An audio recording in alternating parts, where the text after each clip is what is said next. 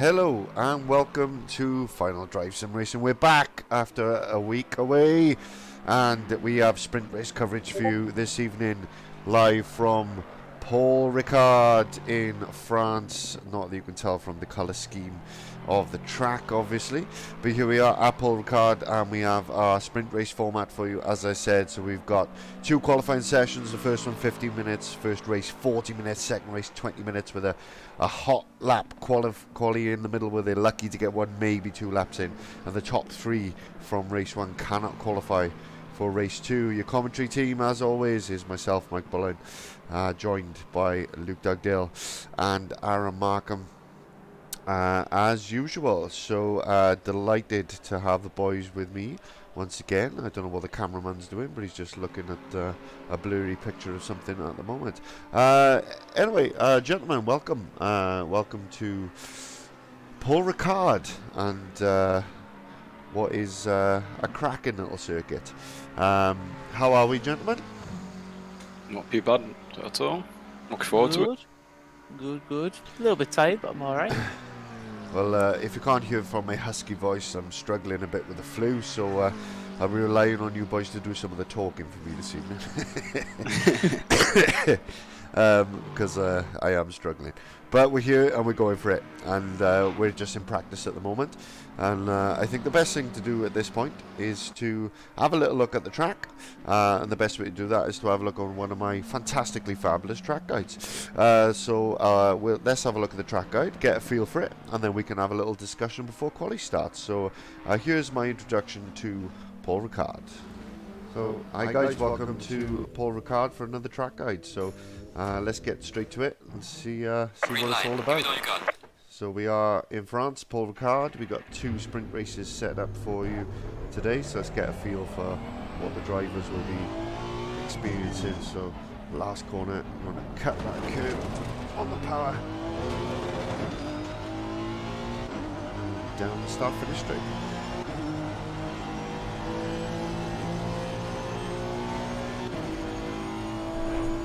So you'll see the cones here on the right hand side as you get the last cone. That's when you want to get down through the gears, get the car turned in. Oh, it's a little bit late on the brakes there.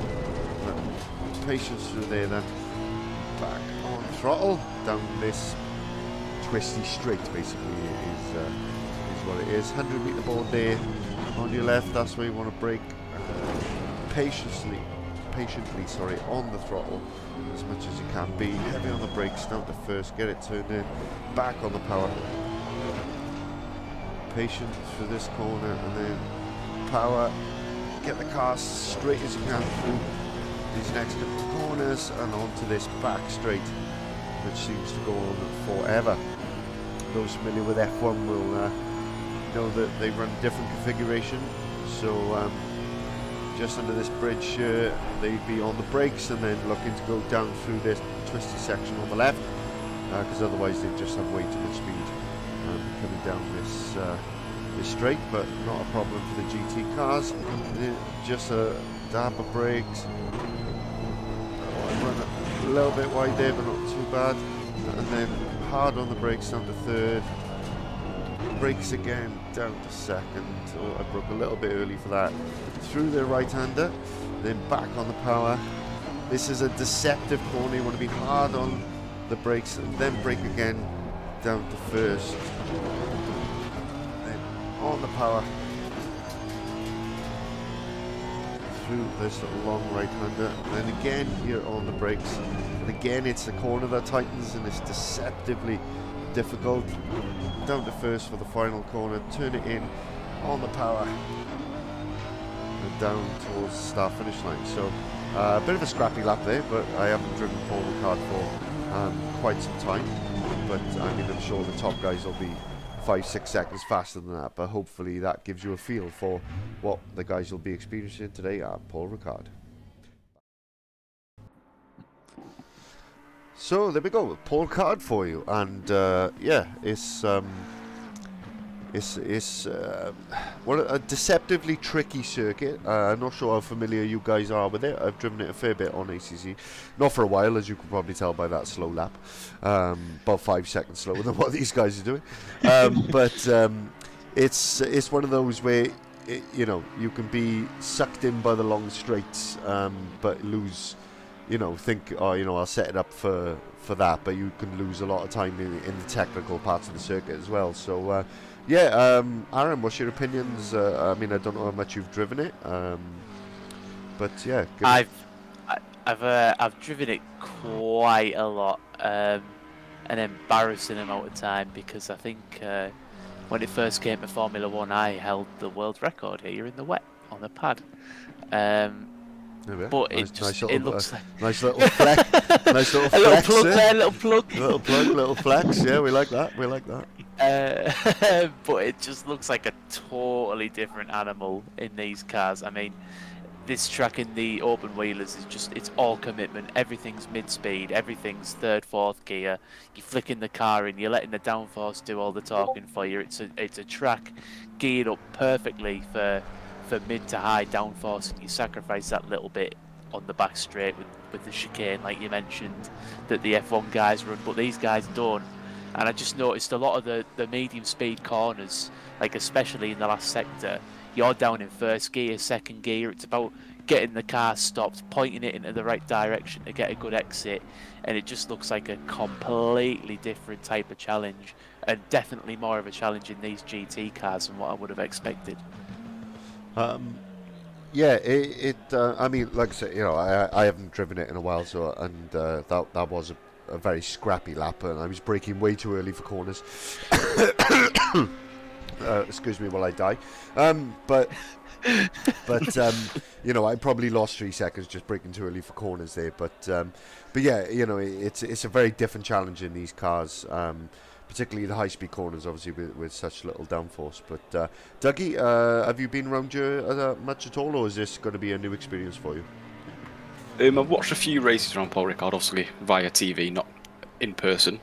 But I don't think I've actually drove Paul Ricard. If I have, it's not stuck in my memory, so I'm not familiar driving around it, but I'm familiar with watching it on TV.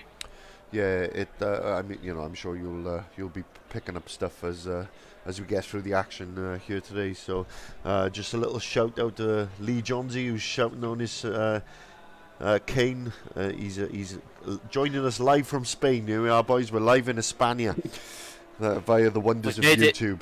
We've made it worldwide, Mr. Worldwide. Exactly. I mean, what more can you ask for?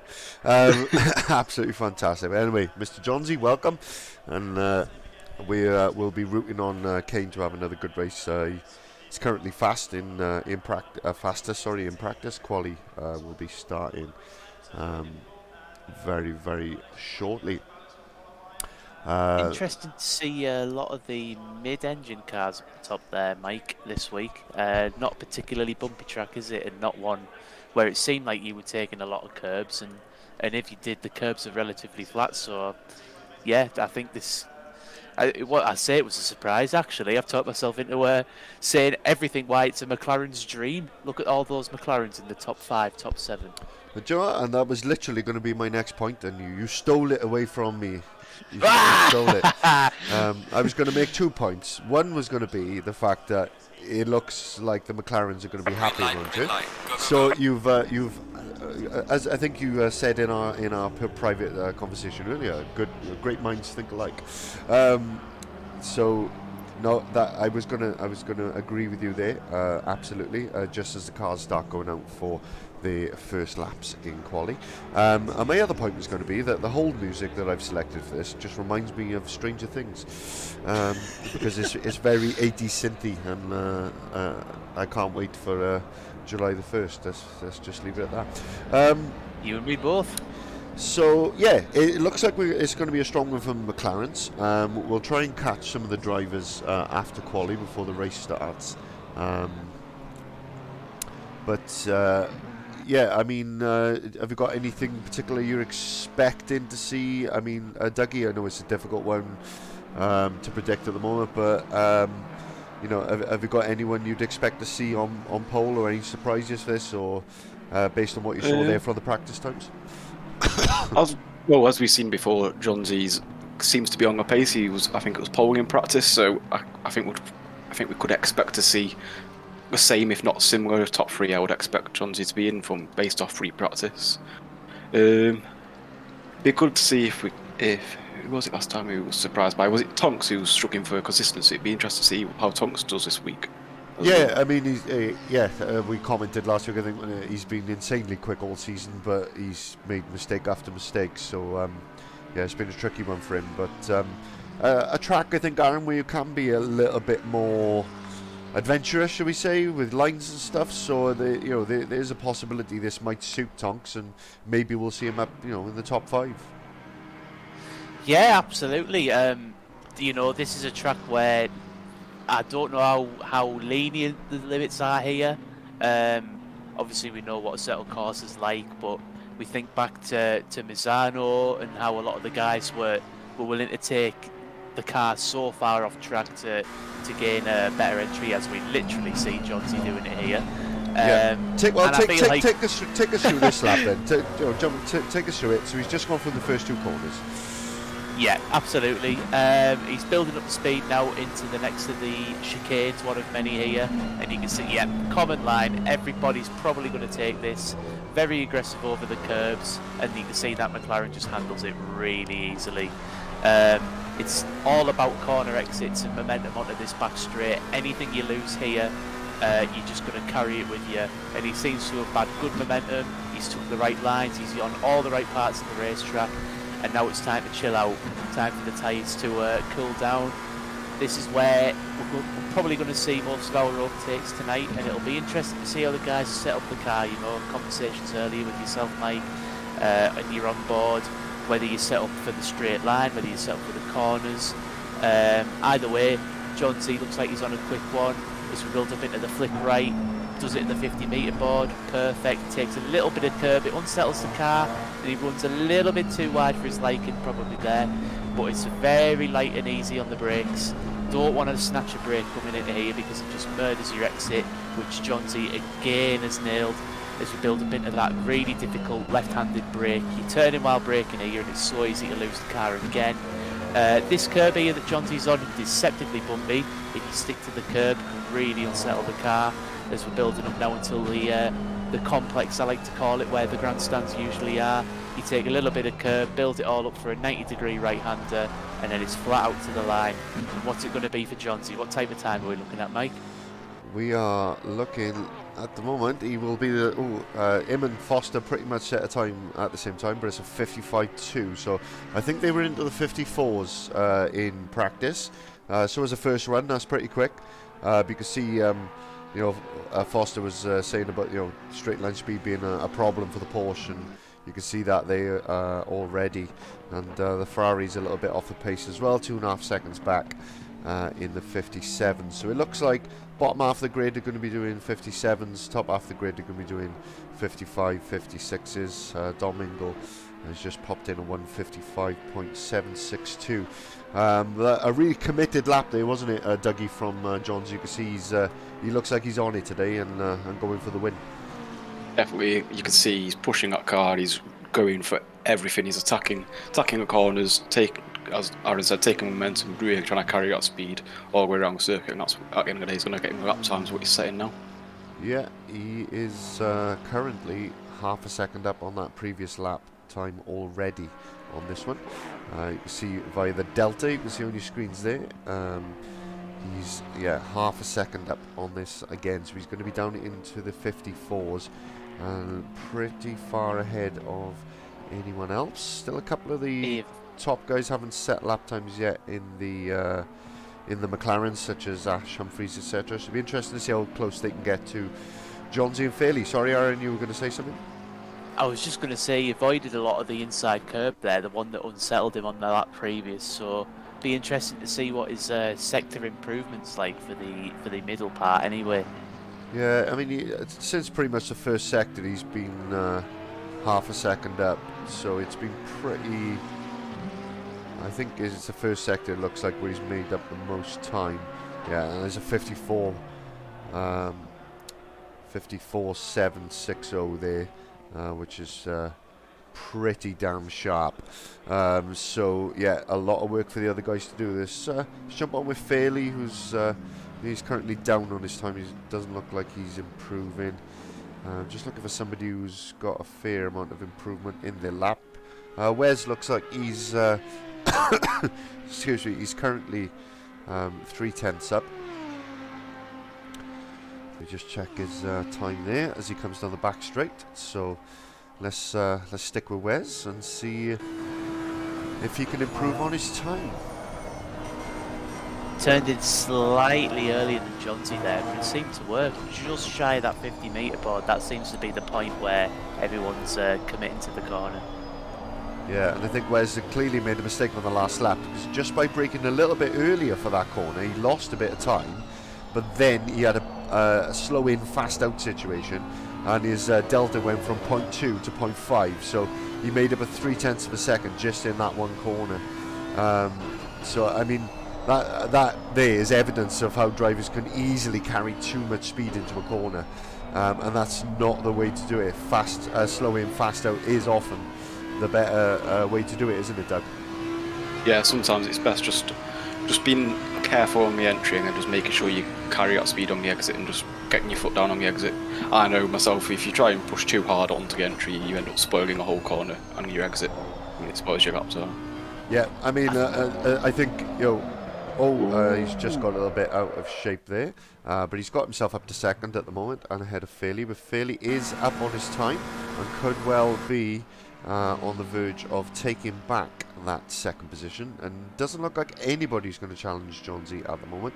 But yeah, on that point, Aaron, I mean, we were racing in the touring cars last night, and that final chicane complex was a prime example of that. Is if you took the first part in second and then went through the gears third, fourth, you had much better exit speed onto the start-finish straight than it, even though you could take the first part of it in third, but you would be slower in the preceding part. So it's we were experiencing that live and in person last night, weren't we? Yeah, and even the right-hand kink, they're very similar to the end of the back straight here. If anyone's ever driven Salzburg Ring, which I doubt they will have, it's a bit of a niche track, but very, very similar in the principle and how you approach it of, well, if you really commit for the first part of the chicane, you're sacrificing the exit for the second part, which could be a long straight, and all the time you gain in attacking the corner at the start point, you lose by the end of a straight because of just how sort of precise and how much time there is with the car going flat out. Like, perfect example was that last corner. Even the hairpin onto the back straight, you could fly into the braking zone, but you'd spend that much time getting the thing turned back around and stopped that all the time you've gained, you lose by the time you're at the back of the straight because someone's blasted past you. Yeah, and speaking of straights and long straights, Ash Humphries is just coming towards the end of this one, and he's at the moment, he is 3/4 of a second up on his best time, which would put him fourth if he can continue that through the remainder of the lap, and right in contention for a podium position. And just a little mistake there on the curb, and that's cost him a load of time, and he's backed out now, I think. You could just see the understeer unwind through there, couldn't you? Yeah, I think he's tried to carry a little bit too much speed, and that has basically ruined his lap, because he was, as I say, with the lap time he was doing, he would have been at least fourth, if not third. Bit of a gap between third and fourth at the moment, so he probably would have slotted right in there, but not to be on this occasion. Morris is currently showing as improving on his time.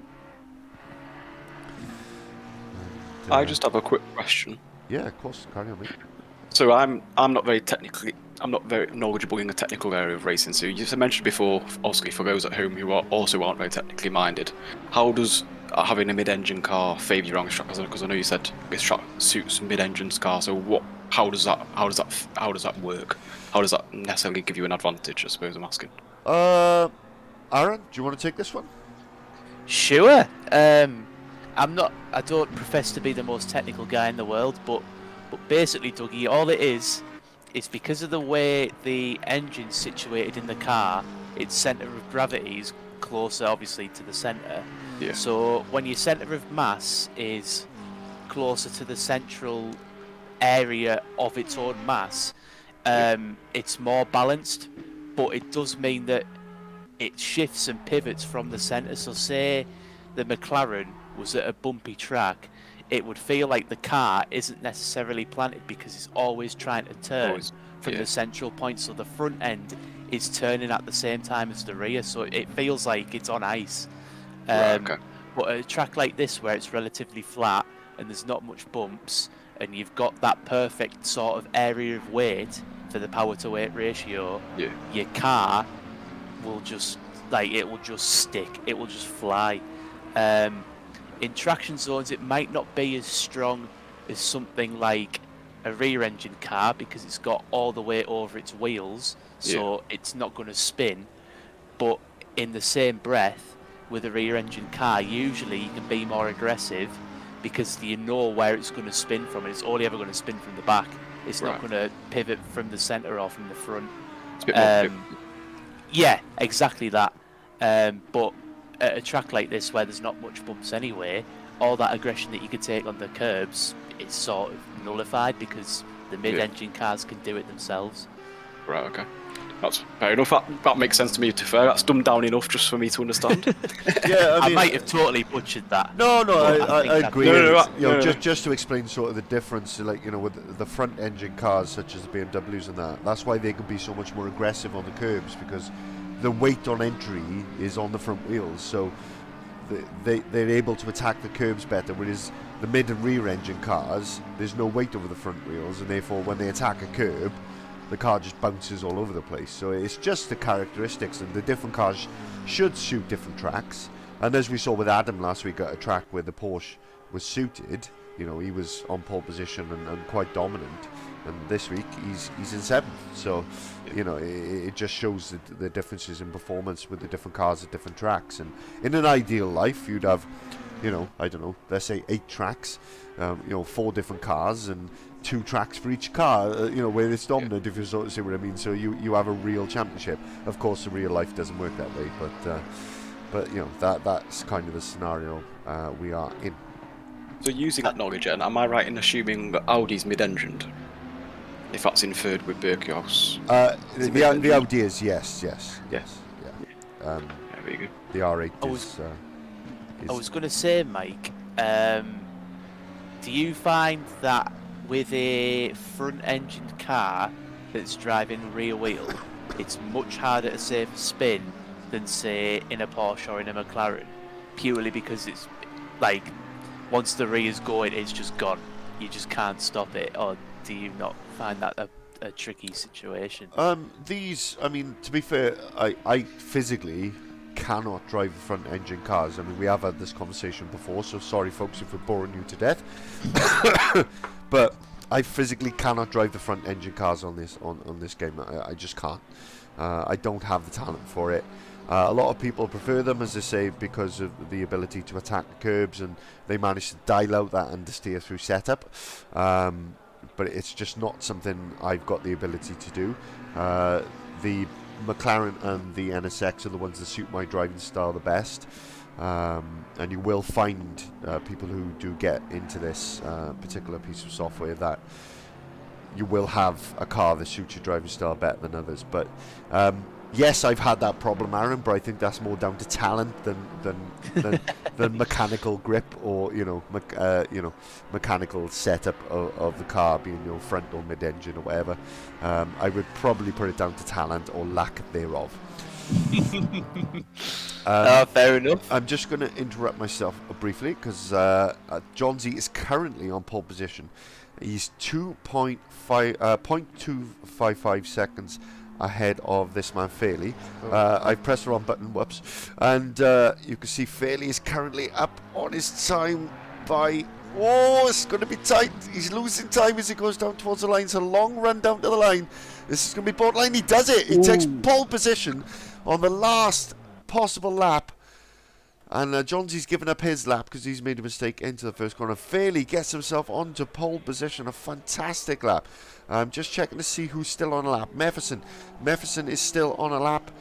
He's currently 2/10 up, and this looks like it could, if he can complete this lap, get him up at least one position, maybe even 2 ahead of Ash Humphrey. So looks like a track that might be suiting the Honda, not quite as much as those lead 2 McLarens who are absolutely rapid, but Johnsy's led the session all the way through, and right on the last possible lap has been pipped to pole position by Fairley by 0.015 of a second. But Mefferson now heading down towards the line. Oh, he's losing time all the way. I don't think he's going to do it. No, he's lost all the time he made, and he is not going to get a chance to improve. Close, by the way, from 5th to like 9th, 2 tenths in that. Yeah, what a midfield battle that's going to be. Not a huge gap then in the next sort of 10th, 11th, 12th, 13th. A bit of a gap then, Stevens and the other guys a bit further back. But right, forgive me, gentlemen. I just need to grab a drink with this cold and flu thing. I'm dying slowly, and take some more Lemsip tablets to get me through. So, topic of conversation for you guys is going to be who you think is going to win this race, and Richard Arnold may well pop into the comms as I have asked him to. So if he does, converse away, and I'll be back in a short mo. No problem. Dougie, I was gonna talk a little bit about Dominic Ingle, who has shocked me with a good 4th place, as well as Wes. They're the 2 non-McLaren guys in the top 6. Are we expecting anything special from them? We've seen Wes's pace, and we know that Dom's been quick in the Bentley and in this Lexus. Just wondering what your thoughts are. I think Ingle will be strong, because I don't know whether it's just my opinion. I might be totally wrong, but I feel with Ingle, if he qualifies well, he tends to keep onto that position and can fight forward, and he can really hang on to position. So I think we'll see some good action from Ingle today. Agreed. I heard the Discord buzz there. I can only assume that might be P16 man Rich Arnold. Is that you, Rich? It is. How are we, gents? Not too bad, mate. Not too bad. P16, bud, probably not the greatest of qualifying, but you've out-qualified your teammate, and it seems to be a strong track for the mid-engine cars, as we've just been on about on stream there. Obviously, forward's probably going to be the best bet for you today, as it is for everyone else, but where do you see yourself finishing in this race one, Rich? Yeah, absolutely. It's nice to be ahead of Alan, as much as I'm very much a team player. It's nice to finally be ahead of him for once. We actually thought the Ferrari was going to be pretty strong around here. You know, it's pretty quick in a straight line. It's pretty good off the mark. I think the temperature's caught a few of us out. It's a little bit hotter than we thought, and also it then cooled down for qualifying randomly. So I think a lot of us went out with not optimum tyres on. But no, talking about the race, I think moving forward will be what we need to do. And yeah, just sort of trying to let the racecraft speak for itself. I think it's probably the best bet. I have Dougie, returned, have you gentlemen. got Sorry, I've returned from the depths of flu land. In case you're wondering, Rich, Mike did just slightly dissipate for a second there. He had to get a Lemsip. I'm not surprised, mate. You sound horrendous. We're trying to be as polite as possible. Yeah. What are you doing here, man? You're a hero. You really are. It's not great. But no. My quick question was going to be. Sorry. No, go for it, mate. Go for it. Just before race starts, Rich, where you aiming for? Where would you be happy finishing today? I think we can make some places. I certainly think we can move up. After sort of what happened last week, I've sort of sat myself down. I've had to think about it. You know, I am top 10 pace, so that's what I'm aiming for. I think we can move forward here. I really think the temperatures are going to catch people out, and if you don't look after your tyres, by the end of the race, you're going to really be struggling in this heat. I mean, it's 40 degrees now, so it's it's hot. So if you go all out too quickly, I think you're going to struggle towards the end. So it's all about taking it easy, picking them off when you can, and yeah, I'm hoping for top 10 today. Look, won't keep you you much longer, because obviously I know you've got to get up and prepare your tyres, etc. on this one.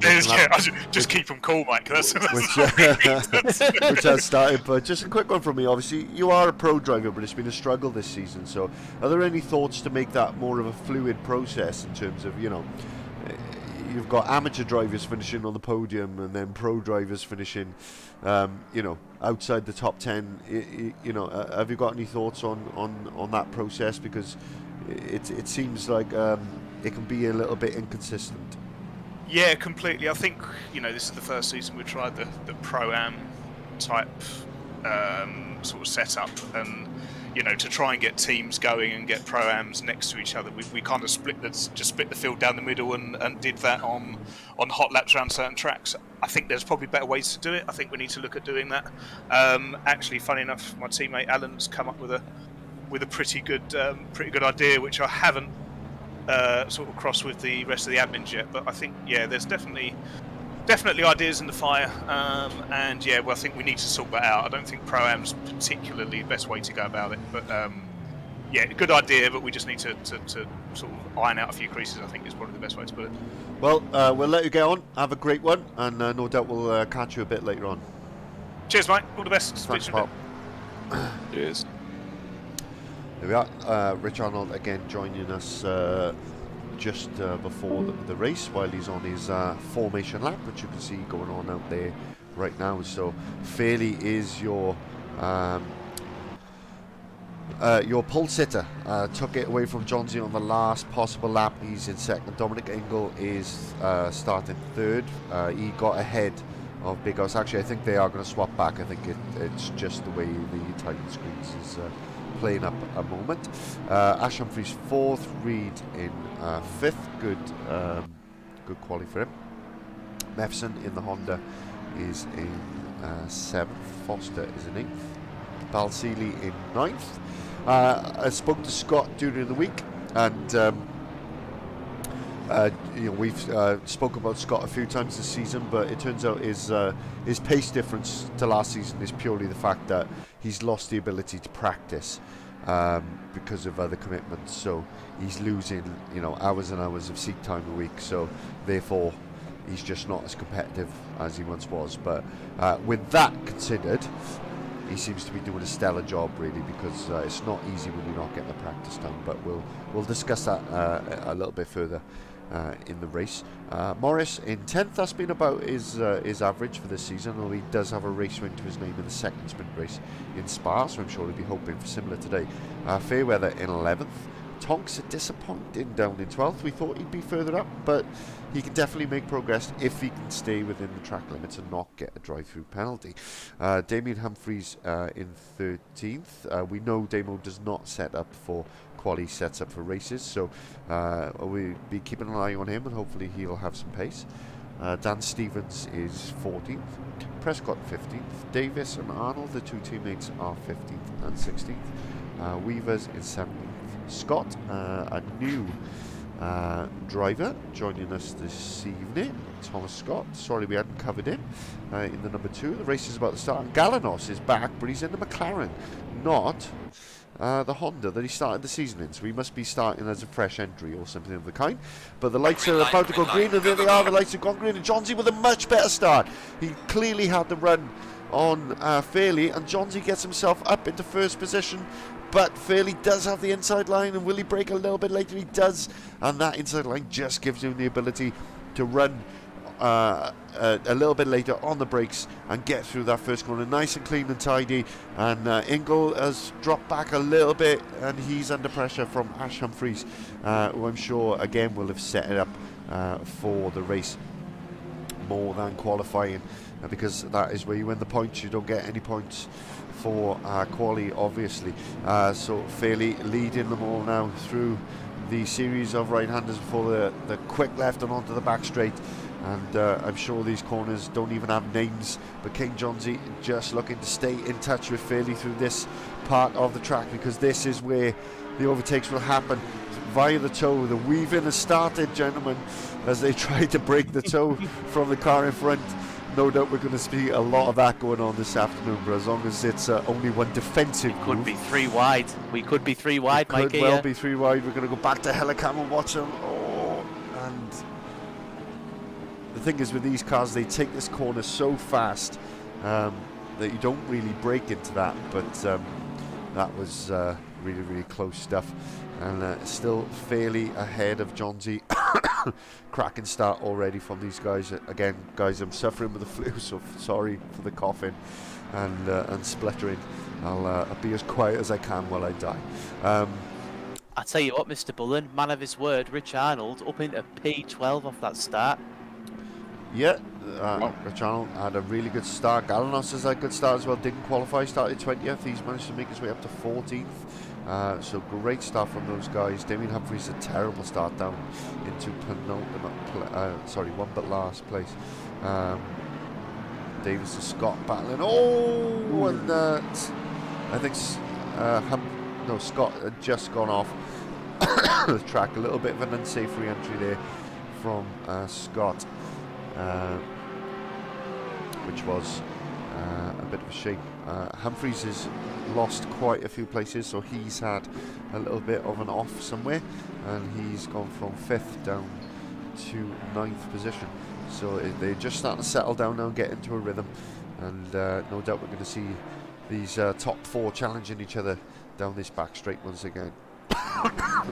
Absolutely, mate. I was just going to jump in, Mike.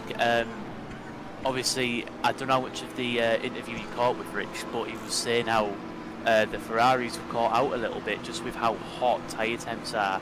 Now, I do recall Adam Foster talking about it last week. In this sprint race, are the tyres going to be screaming after the 40-minute mark with the heat, or do you reckon the guys have enough in the setup to hold on? I mean, in terms of wear, sorry guys. It's okay. In terms of wear, they'll be fine, but in terms of heat, I mean, it'll be the pressures. Obviously, the heat drives the pressures up. And then you get more heat, and then more pressure, and more heat, and this sort of cycle continues until they squeak. So I think that is going to be an issue more than anything. Watching Johnson now, as he tries to put so some much serious braver on pressure. the brakes. Yes, but Fairley's got the benefit of that clean air in front. Of course, the dirty air coming off the back of the McLaren that kind of looks a bit like a Christmas tree out in front will be damaging John Z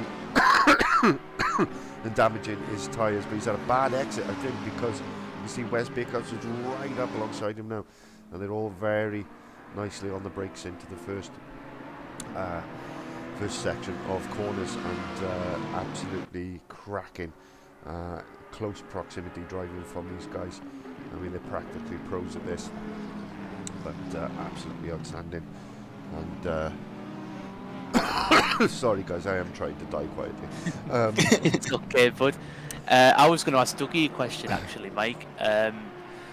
Dougie, if this was you and you're Adam Fairley in that McLaren and you're leading, are you driving in your mirrors, or are you just head down, focusing on the road in front of you and just not even panicking about what's going on behind? Well, now where I'm sat here nice and relaxed, I'll be like, head down, focus on the track. But if I was actually Fairley, I would be staring in my mirrors and multitasking on the track and my mirrors while trying to hold on to the car. So that would be my truthful answer.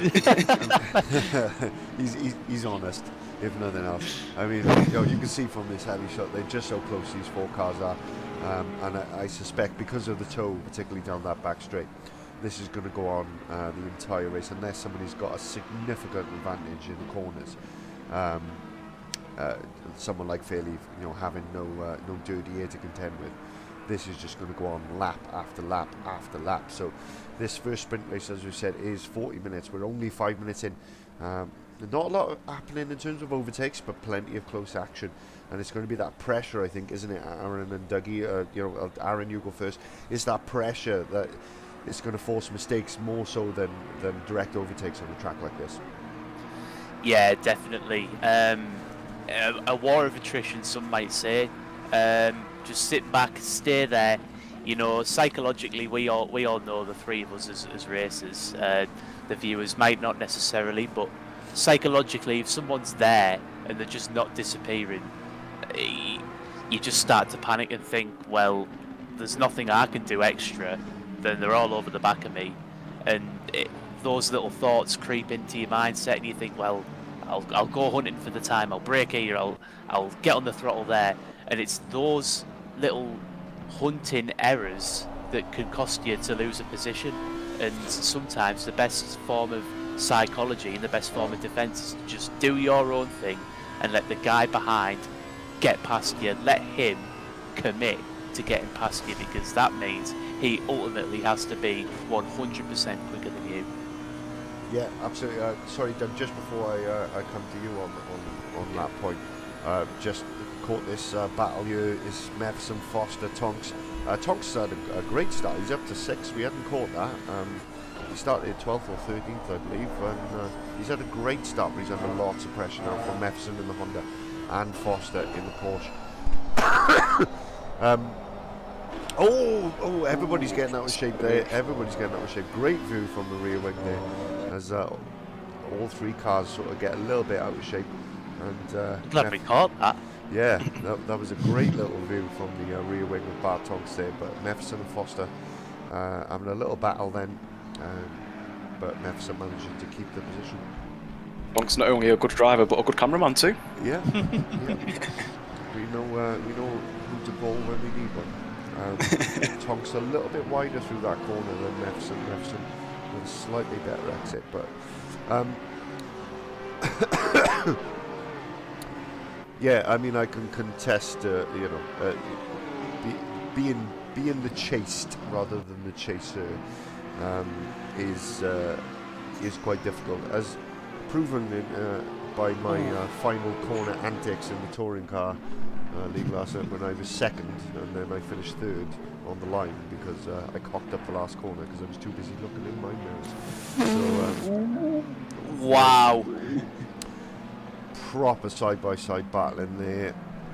That's going to murder Foster down that back straight, though. Yeah, let's just take a look back at that and see, because that. Oh yes, Mevson makes a mistake and he got a little twitchy, caught the curb, which Hondas do not like. I should know because I drive it pretty much all the time. So Foster has a go up the inside.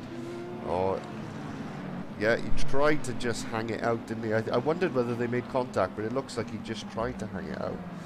He couldn't quite make it work. But, you know, he had a good go. But, Would you like a little fun fact? Go on then, I'm down for a fact. Well, this is actually quite good, this one. So our man in 2nd place, Johnsy, his dad is actually an ex-national karting champion from the 1980s. He's putting a chat there. Wow. So there you go. There's a little fun fact for you in the live chat on YouTube. And if we want another fun fact, P6, Bar Tonks, drive-through penalty again this week. Without fail. I'm not sure which of those I'm more surprised by. But I think I'm going to go with the karting thing as my most surprised. and Bartonk's getting the drive-through penalty as a close second. But we love you, mate. But Jesus Christ, keep it in the white lines. I'm joking, obviously. I'm joking. I'm just in one of those moods. But there we are. So we've got a karting champion's son in our midst, which is a cracking little stat there.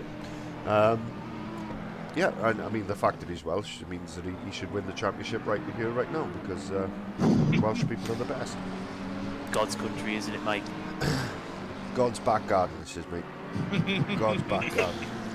Yeah, God's country's the northeast, his back garden's in Wales. I don't think. Yeah, no, let's not get into this before I offend all our viewers, and then you offend all the Welsh viewers, and then we'll just all end up nobody's friends. Everybody's offended. Everyone's offended. So, Johnsy's right up alongside Fairley now, so I just caught that on the time you squeeze this side by side, going through the fast right-hander. Johnsy's just running a little bit wide. Beerkhouse is there as well, and I think there might have been a little contact with Fairley and Beerkhouse. I'm just going to see.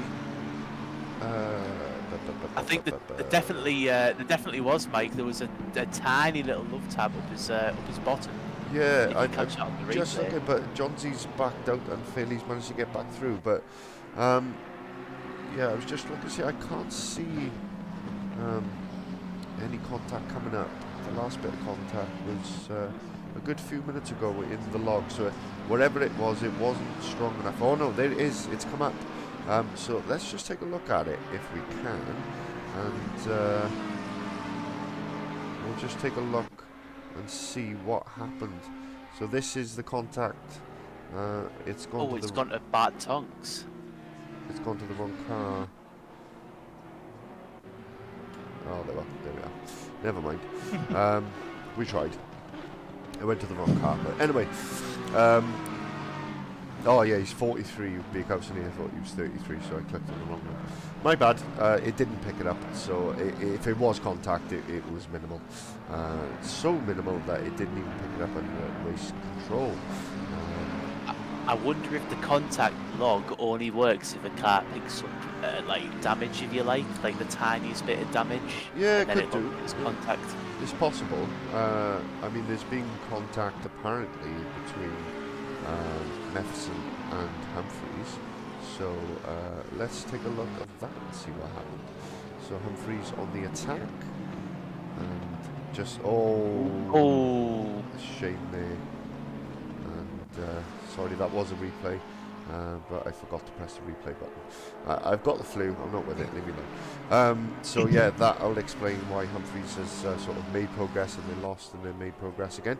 But yeah, he seems to be struggling a bit. Galnos having a very good race. He started 20th and he's currently up to 10th in the. I think it's a joke to McLaren on that one, isn't it? Yeah. What was I going to say? Yeah, Strange. I mean, he must have had special dispensation. Yeah, that's my big word of the day. From race control to be able to re-enter in a different car, because he had entered the first two races in the Honda.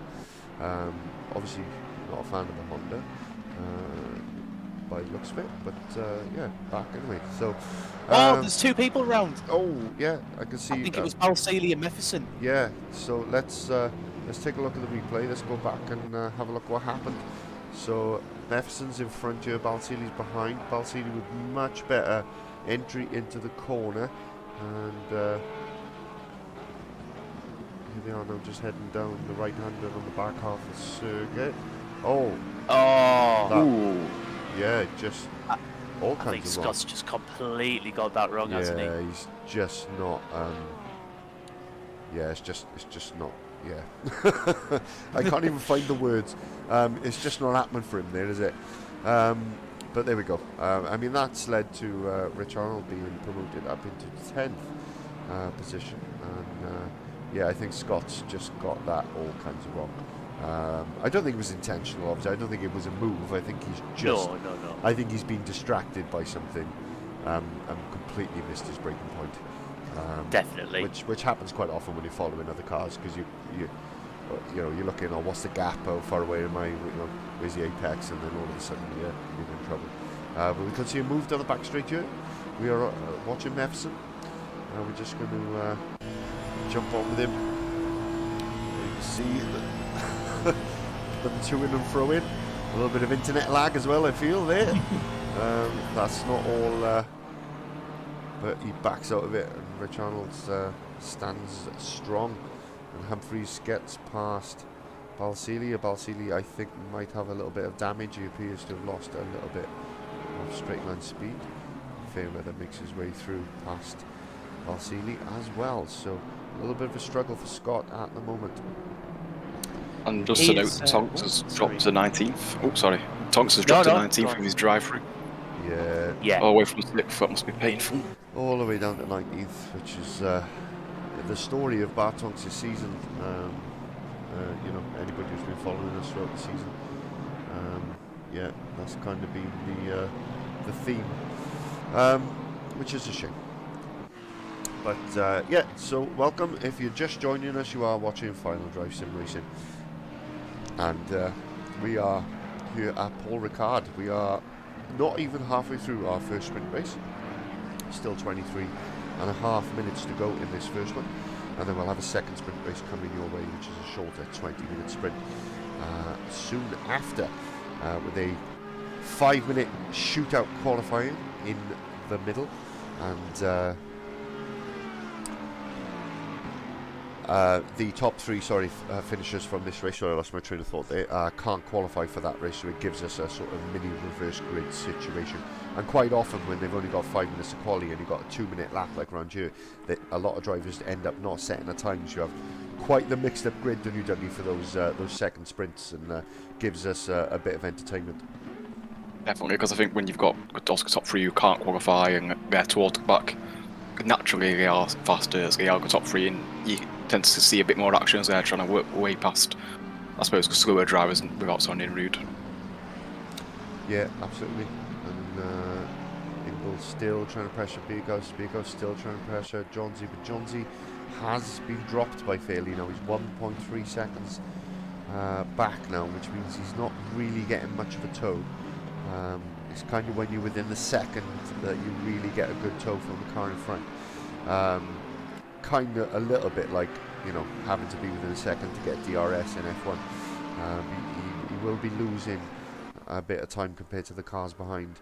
I mean, you can see that he hasn't, looking at the time screens, he didn't gain down that straight, and Wes Beerkhouse gained 0.2 of a second. So, yeah, Johnsy definitely missing out on that tow at the moment. You can see, you know, he is that much further back. And if you jump on the same view with Beerkhouse, you can see how much closer he is to that McLaren than Johnsy is to the McLaren in front of him. So still battling the top 4, all within 2.5 seconds of each other. So proper close up there. Bit of a gap then back to Lloyd Reed in the McRae, and it is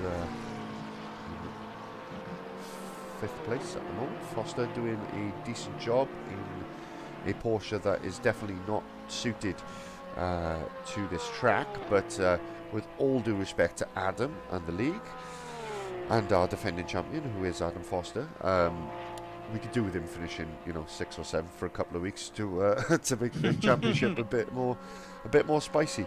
But we didn't get a chance at the start to look at the updated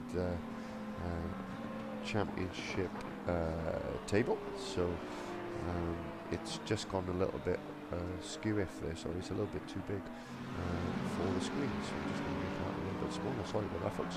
I made it bigger than I should have. But as you can see, Adam Foster well out in front now. He is, what is he, 71 points clear at the top, and that is due to consistency and being at every race, whereas not every driver has, so that has definitely helped him, but he's well out in front. And your lead amateur driver at the moment is Sharf, who's not with us this evening.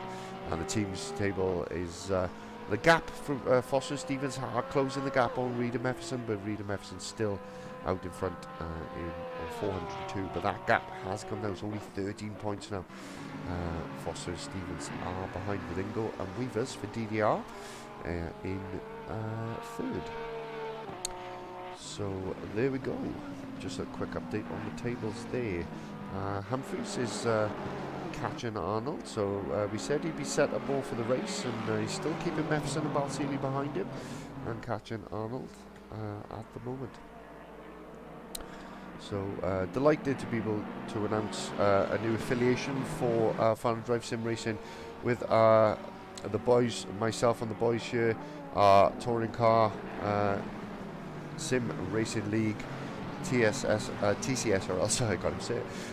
It's Wednesday, 8 p.m. The link to our Twitch is in the description for this, and please come join us. And we're hoping to, you know, have lots of joint ventures between our TCSRL League and Final Drive Sim Racing over the coming future, and hopefully it will be a nice fruitful partnership for us all, won't it, boys? Definitely, that's what we hope for. Yes. Mr. Bullen, Yes. I have a technical question. You can ask a technical question. I will try not to cough during the answer. Do you happen to know, not the Muffin Man, but the speed trap times, sorry, not times, the speed trap miles per hour, i.e. who is the quickest in the speed trap? Ooh, have I got that data? Good question, my friend. I don't think I can get that. I don't think I've got that data, but Ooh. no, I haven't got access Okay. to No that, bother. which is a shame. I wonder. I don't know if I don't think there's a way to get speed data. I was just thinking in That was terms speed of data, not slipstream. speed dating. Yeah. What was your reasoning? I'm just thinking of maybe who to watch out for if they catch a tow. If someone in clean air has a really fast speed trap, it might be someone that we just look out for if they gain on someone and get in the tow. Yeah, I'm just looking to see if I can see that. I can't, so I was hoping to be able to pick that up, but unfortunately, I can't. What I can tell you is by the time they get to the end of that straight, they're normally doing around about 170 miles an hour. But who is the quickest? I can't say. What I can say is it won't be the Porsche and it won't be the Audi. It tends to be the McLaren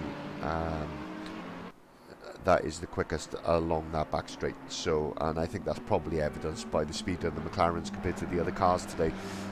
You know, barring the Lexus and the Audi and the Porsche, who are being driven by three absolute beasts in Beerhouse, Ingle and Foster. As you can see, the rest of the top 10 is basically McLaren. And that would be evidenced in the speed trap. So, but yeah, if you see a McLaren in a tow, then it's likely to be pretty quick. Fairly started to make a few mistakes, so I'm just going to interrupt myself there. I was going to say the only ones that won't be getting that benefit will be Johnsy, because Fairley's in the same car, although he will have a bit of a tow. So he should have a slight advantage, but Fairley did have a 1.4 second lead, and as you can see from the time screens, that is now basically nothing, and you can also see it with your naked eye, as there he is. If we just jump on board, that is how close Fairley is now. Last time we jumped onto this view, Fairley was way back, way in front, sorry. So here we go, Johnsy now. We were talking about the tow, we were talking about top speed, and here he is, Johnsy, going down that back straight. But Fairley is going to have the inside line for the corner. Is Johnsy going to be brave enough on the brakes to be able to make it stick around the outside? What's he going to be able to do? Fairley was harder on the brakes, but then Johnsy just had to back out the throttle to stop himself going too wide, because you will pick up a penalty in absolutely no time at all. Just ask Bark Tonks, he'll tell you exactly where the pit entrance is if you pick up a drive-through penalty. Sorry, Bart, I'm just in one of those moods, mate. I'm just joking, so if you watch this back, I apologise. I'm just having a laugh. So here we go, Fairley and Johnsy, round two. So it backed off for a little while. Perhaps Johnsy was minding his tyres, just looking after him, trying to get him in the window. I mean, there's still 15 minutes left of this race. Very different lines through that last corner there, but pretty similar exit speed. But these have dropped. Beerhouse was 1.7 seconds back. Ingle and Beerhouse still battling away, but Fairley and Johnsy still battling for the lead. If Johnsy can stay within 0.3 of a second through this initial technical section, Dougie, I think he'll have another good chance of the overtake down that back straight, won't he? Definitely, he seems like I think he's tried that move around the outside several times, hasn't he? I think we've seen it a good few laps ago where he tried to go around the outside. Do you think he'll try a different move? I don't know. I think he might need to try something different this time. Well, it depends. I mean, I tried the same move 4 times in a row on Lawson and Clough in our touring car sim racing league last night, and on the 4th attempt on both of them, it stuck. So sometimes doing the same thing over and over and expecting different results does give you a different result. Yeah, there is always the possibility, but here we go, the weave-in has returned. That's weave-in, not weavers. Weavers is in the race, but we're not talking about weavers at the moment. We're talking about weaving, and that is what he is doing, Fairley out in front to try and break the tow. And you can see, I think he might have had a better exit this time out of that corner, because Johnsy hasn't managed to get alongside. But I think the key, I don't know if you'll agree with me here, Aaron, you know, where Dougie's talking about trying something different. I think the key is to almost... he's done well to save it. He's done really well to save it. Fresh trousers for Johnsy. Yeah, definitely agree with that one. Brown pants time. Yeah, I think the key, I don't know if you agree with this, Aaron, but where Dougie's talking about trying to do something different, the key for me would be to stick behind him all the way through that straight, and take a different line in through the fast right-hander and try and get him in the braking zone, because at the moment he's so close to him as he's coming through that fast right-hander, he's got to back off. So he's almost better off being a little bit further behind on purpose and then attacking him into the braking zone, which is the you've got the hard braking zone for the double right-hander, haven't you? No, I agree. The only challenge with that is if Fairley's got enough off as a driver, he'll just park it on the inside and stop Johnsy from even sticking his nose up the inside. Even the switchback doesn't seem to be that powerful into the traction zone, so it's whether Fairley reads it. If he doesn't read it, it's a class move and Johnsy will get it pulled off, but I think you'll probably see it coming. So the only other zone where it looks like the move could happen is down into T1, because it just takes such a different line, both of them, into that last corner. I feel like it could be an area where Johnsy maybe catches Fairley out purely because of how different the lines are. I don't know. I'll be honest, I don't see him getting past. I don't think he's got enough of a pull in a straight line to slingshot himself past. Yeah, that is a fair comment. Just taking a look here, and you can see the amount of positions people have made up. Galanos has made up 12 positions, started 20th, and he's now up in 8th. Fantastic from him. Front two are Aswer, Big House and Ingle have swapped. Reed's up 1, Foster's up 2. But most drivers have dropped a few positions. And Rich Arnold up 7 as well. A little mention to the guy we spoke to pre-race on doing a fantastic job so far. And I think, Dougie, this is the first time Rich has had the measure of his teammate as well, because he's finished behind Alan, I think, in every race, or most of them. So he seems to have a measure of his teammate around here. Definitely, I think he'll be happy with the fact he's achieved his aim of top 10, and he's in the top 10, and as you just said, he's managed to beat his teammate, and as you said, it's also the first time, so I think he'll be happy with this race if he stays as it is. Yeah, got to agree with that, and hopefully we haven't cursed him with 10 minutes to go. So we're half an hour into this initial 40-minute sprint race. As I said, we'll have a second sprint race coming your way pretty damn soon. But there will be a 5-minute quali in the middle, and the top 3 will not be allowed to qualify, so they will be forced to start at the back. So let's just have a quick run through the order. So you've got Fairley still leading the race. I mean, Johnsy is clearly quicker, because once again he's closed that gap down even after that mistake. The gap is down to less than half a second again. And he's dropped Wes Bakehouse as well, who is 1.8 seconds behind him now. Johnsy's got the fastest lap too. Yeah, and he's just taken fastest lap away from Fairley. So Johnsy clearly does have the pace. As Aaron said, has he got enough of a pace advantage to not only catch but overtake Fairley, which is a different kettle of fish. But Wes starting to drive a little bit defensively now. He's lost a bit of time to the guys in front and is losing time to Ingle behind in the Mountain Dew Lexus. Lloyd Reed in the McRae is currently in 5th in no man's land on his own, as is Foster in no man's land on his own in 6th. Ash Humphries in no man's land on his own in 7th. He's not in no man's land actually, he's got Foto Galanos catching in the Joe McLaren pretty quickly. Ash, I think, has damage because he has been contacted a couple of times in this race that we saw earlier. Morris is currently in 9th. Rich Arnold, as we said, made up 7 positions, currently finds himself in 10th, but he's under pressure from both Mefson and Scott Balsillie at the moment. Damien Humphries not too far behind those as well. He's currently in 13th. Dan Stevens is in 14th. Bart Tonks is in 15th after another drive-through penalty. I think that pretty much means he's had a drive-through penalty at, I think, every race, but if not, maybe bar one. Prescott, so we didn't manage to catch Paul there. Paul was missing last week, but he's back with us today for Snail Racing in that very brightly coloured BMW, and currently sits in 16th position, but he is under a bit of pressure at the moment from Davis. We'll come back to that battle in a sec. We've got Weavers in the Red Bull flavoured BMW there in 18th.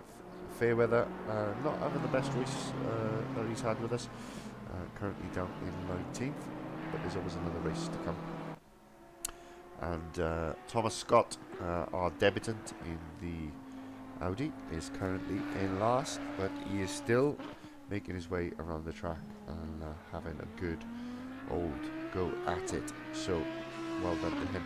But let's just jump back. I want to see if Davis has got a move in to get past Prescott. He's a much better exit out of that left-hander onto this back straight. What are we saying, boys? Is he going to make the move stick? Absolutely.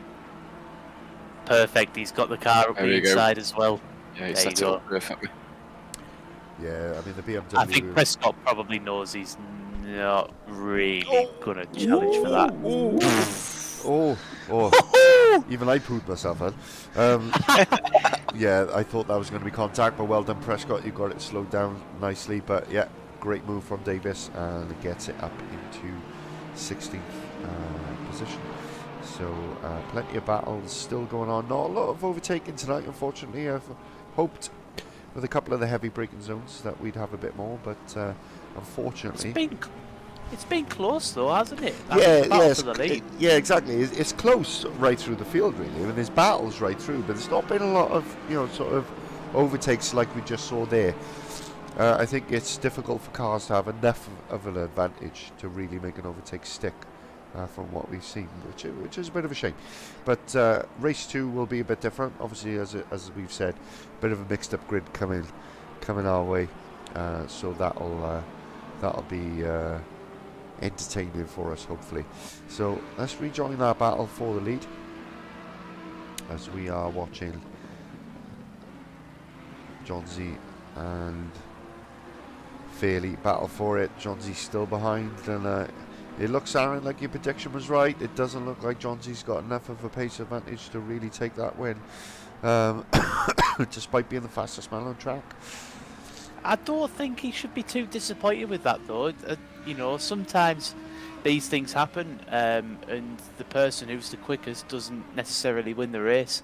I think the important thing for Johnsy will be to just see it over the line, keep the pressure on Adam Fairley, because you never know, he might make a mistake.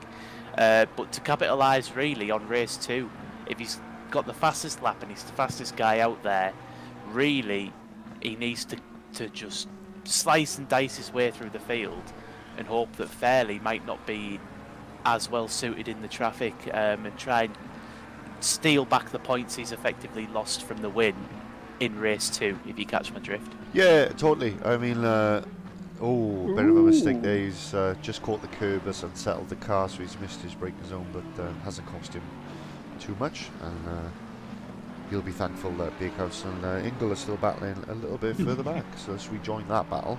And Doug, I think with it, we got a 20-car grid. We're going to have a 20-minute race, which is going to mean probably 11 laps based on the times. I mean, he's got to be, with those kind of lap times and him having, a good 2.5-3 second advantage over the slower cars, he's got to be looking at top 10 starting from the back of the grid, doesn't he? Who was this? Are you talking about Ingle or Johnsy here? No, sorry. We're talking about Johnsy, mate. Johnsy, right? It's just because he went to Ingle, I was really confused then. Yeah, definitely. With having a fastest lap and stuff like that, you'd expect him top 10. If I actually would probably, you could see top 7, I think, if he's if he's really pushing, I think he can really aim for the top in race 2. Yeah, just as we were talking Good, there, respectful racing there. Beakhouse yeah, just let him go, really, didn't he? he did. Kept it nice and clean and said, look, you're obviously faster than me at this stage, so let's not fight too hard, and off we go. I would also just like to point out... swap back again, so I suspect They haven't swapped back. No, they Mike haven't. Ingle's still in front. it's just, yeah, the timing screen hasn't updated yet. That's why I was getting a bit confused. There we go, it's updated now. So I keep forgetting that a setup course it doesn't update until they go through a timing screen, a timing section. So as they go, you can do an overtake, but it doesn't tell you until you've gone through sector 1, 2 or 3. So I keep forgetting that happens. It's a bit annoying. Sorry, Dougie, you were going to say something? I actually quite proud of myself, and I'm gonna show off here a bit. I actually made a prediction to Aaron while you was away. Ingle was gonna either hold on to 4th or make his way through. As I actually said, when he qualifies high, he tends to stick up there and fights his way forward. So It was one of our discussion points, wasn't it? We mentioned Ingle, yeah. So I actually want to take a bit of credit because that's for me that's quite a good prediction because I'm not very good at these predictions things. It's a damn good prediction. I'm going to play devil's advocate now because I like doing that, and it'll give us something to talk about. Did Wes do that on purpose so he can qualify for the next race?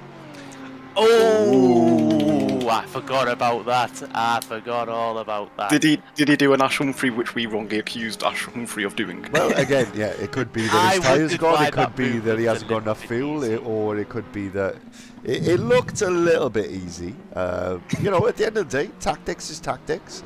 Sacrifice, was it 3 or 4 points now and a podium to be able to qualify for the next race and potentially start on pole and go on and win.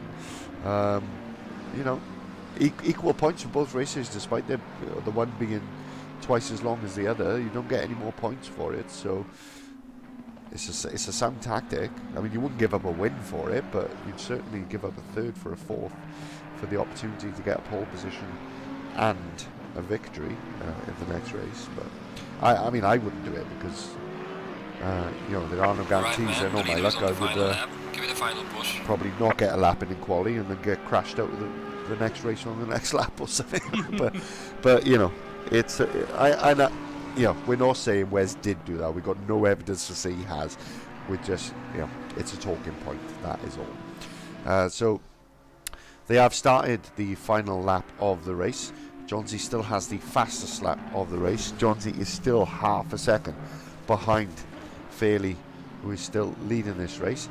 As pretty much Andrew Fairley led it from start to finish, but Johnsy did lead for a short while, and they have had a few opportunities where they've been overtaking each other.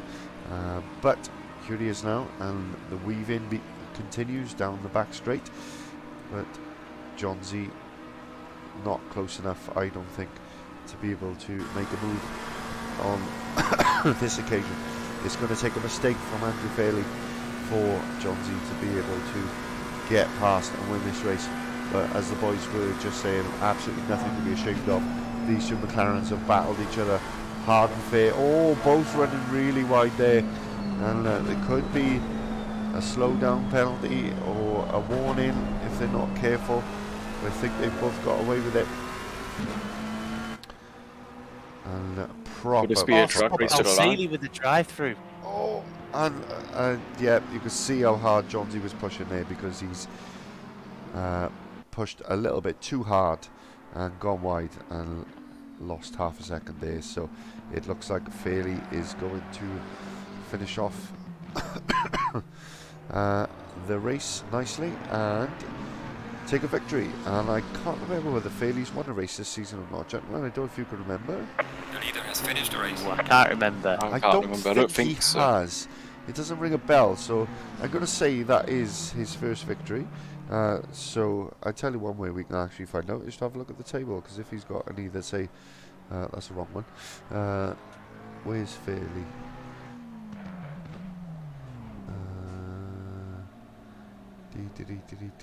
No, he hasn't. So that is his first victory of the season. So congratulations to Andrew Fairley. He finishes in first place. and takes his first victory of the season. And Johnsy pushed him all the way, and he gets fastest lap and second position. Dominic Ingle completing the podium positions in third. Wes Bakehouse finishes in fourth. Those top three that we just mentioned will not be allowed to qualify for the next race. Reed fifth, Foster in sixth, Humphreys in seventh. Galanos finishes eighth on his return to the league. Morris in ninth, Tonks in 10th, Humphreys in 11th, Mefferson in 12th, just about. Rich Arnold ended up in 13th, but he did make up some positions. Balsillie in 14th, Stevens 15th, Davis in 16th. Preston is going to come across the line in 17th. Fairweather 18th. Oh no, I think there's been some penalties because Weavers has suddenly jumped up to 17th. Fairweather has gone under. Oh, Balsillie had the drive-through penalty, that's right. So he goes down to 19th, and then Scott, our newcomer, finishes in 20th. So there we go. Driver of the race, guys. Who would you give it to? Ooh. Certainly some contenders there. I'll let you guys do that while I just have a quick look to see if I can get Green light. Go, go, go. speeds. I was just wondering if I could get. Well, my vote, I mean, we'll do some honourable shout-outs. Rich was really good there, moving up a lot of positions. Was P10 for a lot of that race. I think the two guys out front were fantastic as well. I think Adam had a good race, moving up from where he started. But my driver of the race would probably go to Foto Galanos for finishing where he did compared to where he started, especially in a different car as well. I think that was a fantastic drive. I would be inclined to agree with that, because I actually forgot about Galanos. Actually, I was going to say Rich Arnold, as you said, an honourable shout out. He got up to 10th place. He did his aim. However, he did drop down to 13th, but I think the fact he got up there after a few races where he's had a bit of bad luck and just not performed how he would want to perform. So I think I would go driver of the race. I'm going to go with Rich Arnold. I'm gonna stick by Miko. Yeah, I'm gonna go for Rich, purely because Galanos has been missing a lot this season, and not through choice. Obviously, I appreciate that. I'm not pointing fingers, but it's just Rich has been week in, week out. He's had some real struggles this season. So I'm going to give it to Rich as well. So I think Rich gets it on the majority vote, I believe. He does. There we are. And delighted to be able to welcome Dominic Ingle into the comms box. Welcome, Dom. How's it going? Mike. Yeah, right. Thanks to you. A bit warm. I feel dreadful. I'm not going to lie, mate. I'm dying, and I may well cough in the middle of speaking to you. But we're here and we're trying. So third position. Made up one place. I think you qualified in fourth, didn't you? That's right. Yeah. Made up one position, battled all the way through that. I mean, it was great to watch you and Wes battling through that. I guess the key thing is, are you happy with the podium, or would you prefer to finish fourth and be qualifying for this race? It was tough to know what to do, to be honest, because I felt like I only could stay with the top three guys with the tow. Because the Lexus, being a front engine car, doesn't get out of the slow corners quite as quickly, so particularly that key end of sector 1 when you're going onto the long back straight, I never quite get quite as good exit. I'm always a bit slidely, so I was just trying to stay in the tow as much as possible with Wes, and then one lap I was just much closer, and I was like, do I or don't I? But in the end of it, I thought, well, I'll go third and take points, and then have a hopefully enjoyable second race. But there was part of me, even right at the end there, on the last corner, I sort of let off to see, I wonder if Wes will pass me, but I saw he backed off as well, so I don't think he wanted third either. Yeah, bit of tactic. I mean, it looked like he didn't battle you too hard once he saw you were alongside him, so maybe that was in his mind as well. But exactly. But still, cracking it's always podium. so difficult there to go too wide into that fast corner, though. So. Yeah, exactly. Not as many overtakes as we thought. Was the tow not as strong as you thought it was going to be, or we're just curious? I don't think it was. I think I think, I say, because those three in front of me were mid-engine cars, they always got a better exit out of the corner to the back straight. So I was always losing 2 tenths in that first sector. So I couldn't stay within that 2 to 3 tenths. And if you stay within 2 to 3 tenths, that's when it's really powerful. But often then I was behind Wes 5 to 6 tenths. So I'd gain 1 or 2 tenths on the straight, but it's not enough. That Audi is rapid in a straight line. Yeah, it is. Yeah, it's quite quick. Yep, and that's the voice of Kane Johnsy, who's managed to join us in the comms box. Second place there, Kane. Fair play. I mean, you battled right through from start to finish for the win. It just didn't quite come off. Couple of mistakes. We could see how hard you were pushing. Take us through it from your point of view. Yeah, clean lap 1. That's what you always hope for. I was a bit worried about the Audi, Wes behind us, because as soon as you get on the straight, he just catches no matter what. If we're 8 tenths behind, I'll end up slipping behind fairly. But yeah, managed to get up behind him 2 or 3 times. I think I went for a move, but just couldn't hold it off. And every time I slid wide, I was just ruining my tyres more and more. But I was glad to just be right on his tail at the end, get back there, and I gave everything to that last lap. I really thought I was going to get him. Minutes left, 2 minutes. Yeah. I mean, there were several points where it really looked like you were going to get him, but it just didn't quite come off for you. But he's pretty quick in the McLaren, and obviously equal machinery. You didn't have an we advantage do a lot of anyway, practice really. together. Me and Fairley, we've come over from Xbox platform together, to be fair, so we've raced for a long time. So it's good with that because you have the respect, and we always know side by side it's always going to be racing room. So throwing it up the inside, I had a few collisions with people throwing up the inside in the last sector in practice, so I thought I'll dummy him to the inside and just try and set it up. Just went wide again, but it's fun. It's tiring, especially in this heat. Yep, I'm just going to hand over to Aaron now. I know Aaron was wondering, and Dougie, sorry, the two of them were both wondering about you guys, what your aims were now for this next race, starting at the back. So are you looking to, what kind of position? I think Aaron was something along those lines. Well, as you said a Pretty minute ago, much, go on. Apologies if I'm talking over Ken. For whatever reason, I can't hear him through my headset, and I know that you and Dougie can. So I'll still ask the question. We were just saying in stream, Ken, that I think Mike's obviously just touched on it briefly there. You had the fastest lap, you were the quickest guy out there. The points that you might have lost for the win, we're hoping, or you might be hoping anyway, to make that up with a really solid race too. Just give us your thoughts on racing through the traffic. Do you think you're going to be able to pass a lot of guys, or do you think it's going to be a struggle? I think most of the passing is going to be done in the first and third sector, because like you said, the straight, unless you're running 1-1 wings, which is just stupid for this track, That's the end of you're not going to overtake. You just pull out from the toe and hit a brick wall, so it's so difficult. I'm going to try and go for a few round the outside moves of the turn at the end of the straight, because carrying more speed around there sets you up to keep you on the racing line. But yeah, turns sectors 1 and sectors 3 is where the overtaking will be done, I reckon.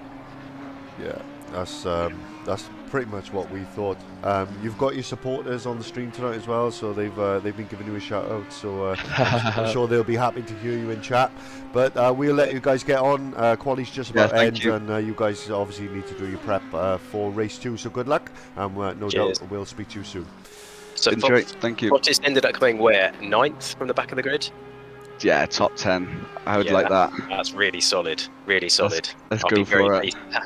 Yeah, well, I would as well. Galnos got from 20th to 8th in that race. That was 40 minutes, though. You guys have only got 20, so it's going to be gung-ho. But Should have been third. Should have waited and come fourth. Never mind. Cheers, guys. Best of luck to you, boys. No worries. Best of luck. Bye now. There we are. So great to hear from those two. So we are just watching qualifying now at the moment. If we just pull the times up, it's getting dark out there, so I didn't realise it was going in tonight. But that is good to know, because that will give us another dynamic of tyre management, and track temperature, and all those other wonderfully exciting things. But Galnos is currently in first place. Ash Humphreys was very close to challenging that, and he still is if he can get a good exit. Oh, he's had a bad exit with the last corner, and he is losing time. Bakehouse comes home in third. Galanos from Humphreys from Bakehouse, with Foster in fourth, Mefferson in fifth, Morris sixth, Reed in seventh, Tonks in eighth, Humphreys ninth, Balseeley 10th, Fairweather in 11th, Stevens 12th, Davis 13th, Weavers 14th, Scott 15th, Arnold, Prescott didn't set a time, Johnsy, Fairley and Ingle will start at the back, as they were the top three in that first race. Sorry, yeah, just wanted to cover that off briefly. Yeah, great to hear from some new drivers in the comms box, isn't it, gents? And getting their insight on that race. But yeah, it was all action, but just not a lot of actual sort of genuine overtakes. But hopefully, as we said, we'll see a difference in this next one. Fingers crossed. Fingers crossed. Once again, sorry for whatever's going on in my headset, but I just couldn't hear Mr. Johnsy for whatever reason. So if I looked a little rude during this conversation, no, I wasn't meaning to. No, that's fine. But you could do a Dom, could you? Yeah, I Oh, could hear Dom. I wonderful. just couldn't hear There we are. Johnsy.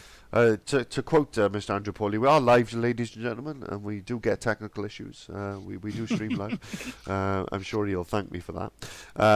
But I have, whether it'll work or not, turned on speed and gears and all that kind of stuff. So whether it'll work or not, I do not know. But I have turned it on, so we'll find out soon enough. All right, gentlemen. I'm going to leave you to do your predictions for this race while I go and grab another drink due to my man flu. So I'll be back in a short moment, just while we're waiting for this race to start. So yeah, feel free to go through your predictions for this race, and I'll be back with you in a short minute. Go on then, Luke. I'll let you take the lead on this one as I stole it on the race one.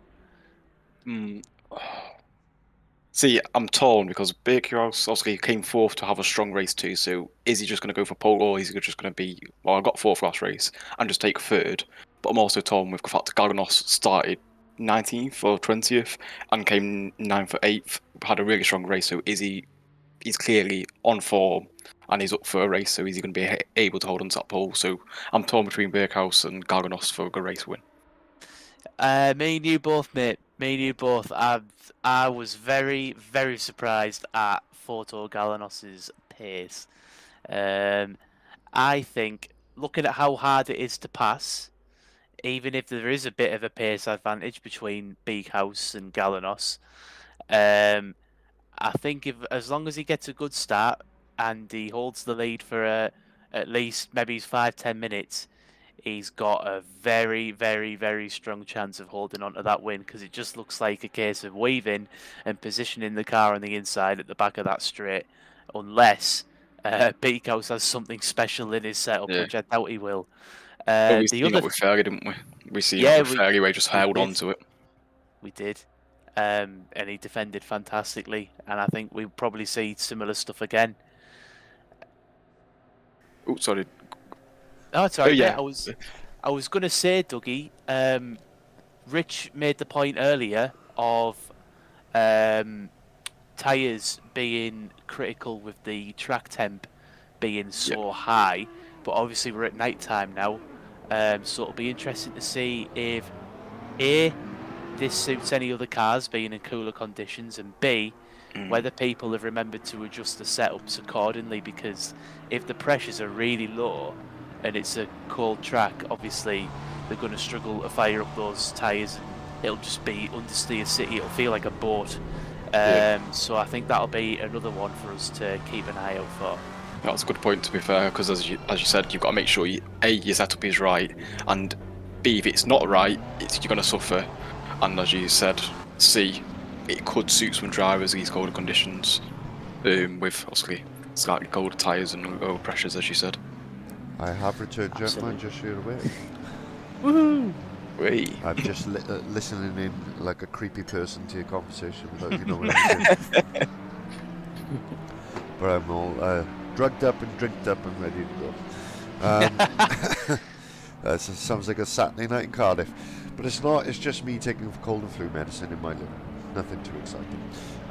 So, yeah, I didn't, just catch me up on who you were predicting for your race winners. We were both equally torn with Forto Galanos purely because of how quickly he got through the field, and Beakhouse purely because of where he was last race until the last couple of laps. Yeah, I mean, I think Galanos is going to be difficult to beat. I think McLaren's the best all-rounder around here, and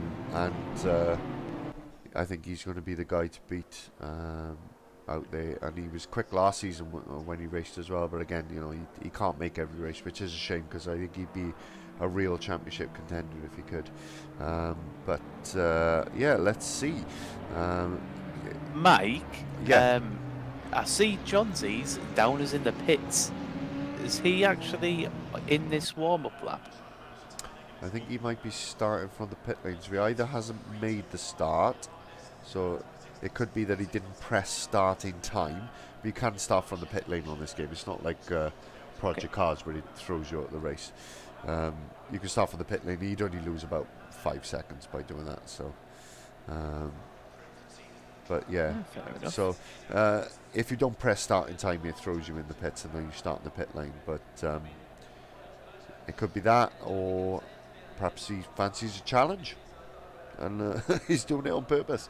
I don't know. But yes, he is in the pit lane. You are correct. I was just going to say how stunning this game actually looks in general is evident to most, but it does look particularly good at night, doesn't it? You know, despite the fact that it being dark and, you know, you can't see a lot. It's not like all you can see is a load of lights going around. It still manages to be quite visually exciting to watch. So yes, I just thought I'd comment that because I thought it and then I said it because that's how brains work. Jeremy Clarkson moment right there, ladies and gentlemen. Yeah, Clarkson gonna. He is a boring statement for you. Do you guys know what the difference and why the track is painted in bold colours? I do, actually. Do you, Luke? No, I'm not going to make a guess because we'll probably end up sounding stupid. I tell you what, we will do it after the race start. We will, because the race start is imminent, and we are in Helicam. As you guys who join us every week will know, this is my favourite place to view the start of the race, so I can see lots. And we have a green light, and his foot flat to the floor, and away they go. And the front two got a pretty even start, but Bakehouse got a much better start than both of them behind, and he's already putting pressure on, as is Foster. Oh, Bakehouse just gets out of the throttle on the brakes, just trying to keep it nice and clean down at the first corner. Him and Foster do very well to keep it nice and clean through those initial corners. And Humphreys trying to keep the pressure on Galanos again. Humphreys and his brother both ones to set up the car more for the race than for quali. Oh, a little bit of contact there. A little bit of contact. Humphreys runs wide for that, and runs wide again. Now he's obviously completely offline, 3 corners in a row from that one little mistake and a bit of contact, but he's just going to slot in front of Foster now, and hopefully he'll be back on track as he heads down the straight, and he'll be looking to get a tow and get up past Bakehouse and back up into second position. See where he's going Looks in like he's there. going to do it. Yep, and as the boy said, that Audi is quick down the straight. I mean, I did say earlier the Audi and the Porsche wasn't quick down the straight because I thought the Audi wasn't, but maybe with the updates and the newer physics since I last drove around here, maybe the Audi is now quick. They may well have changed the balance of performance. But there we go, we saw an overtake down into there, and that's exactly what we want to see.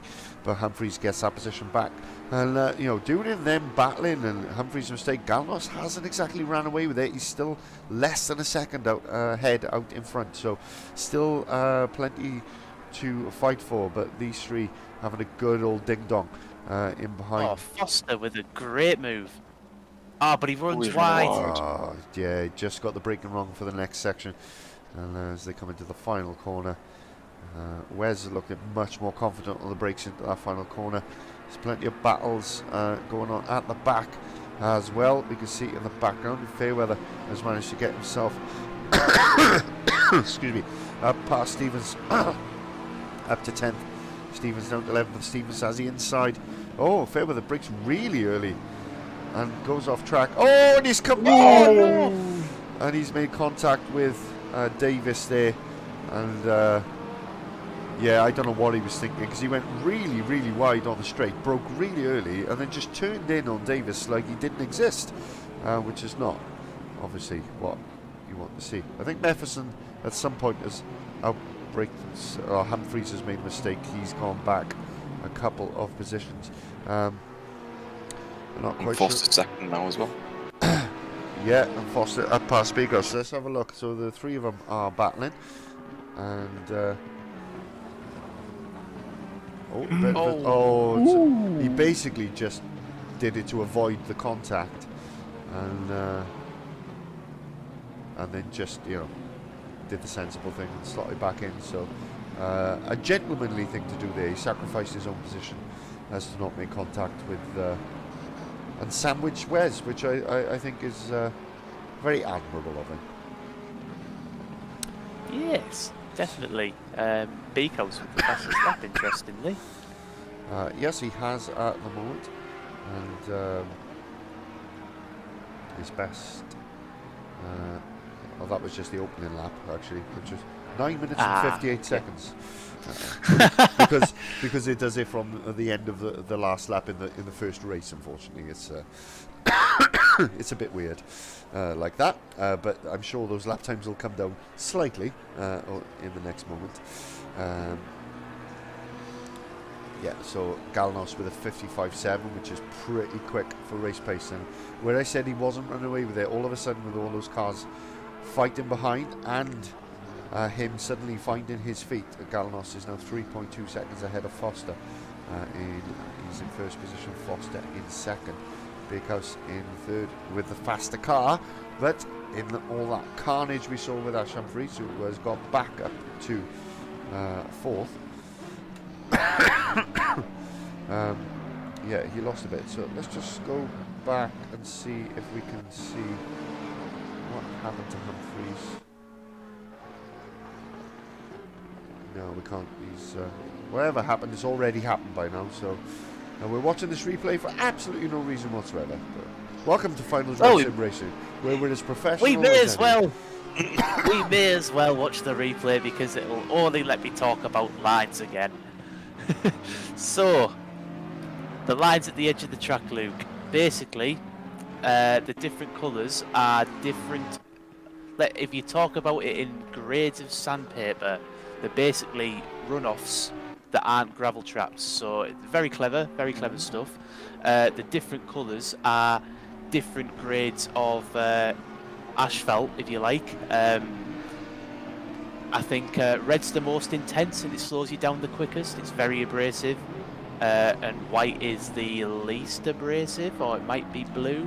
One of the two. I think it goes blue, white, red, doesn't it? I think in terms of the grading of the abrasion that you get. And is that translated into the game too, or?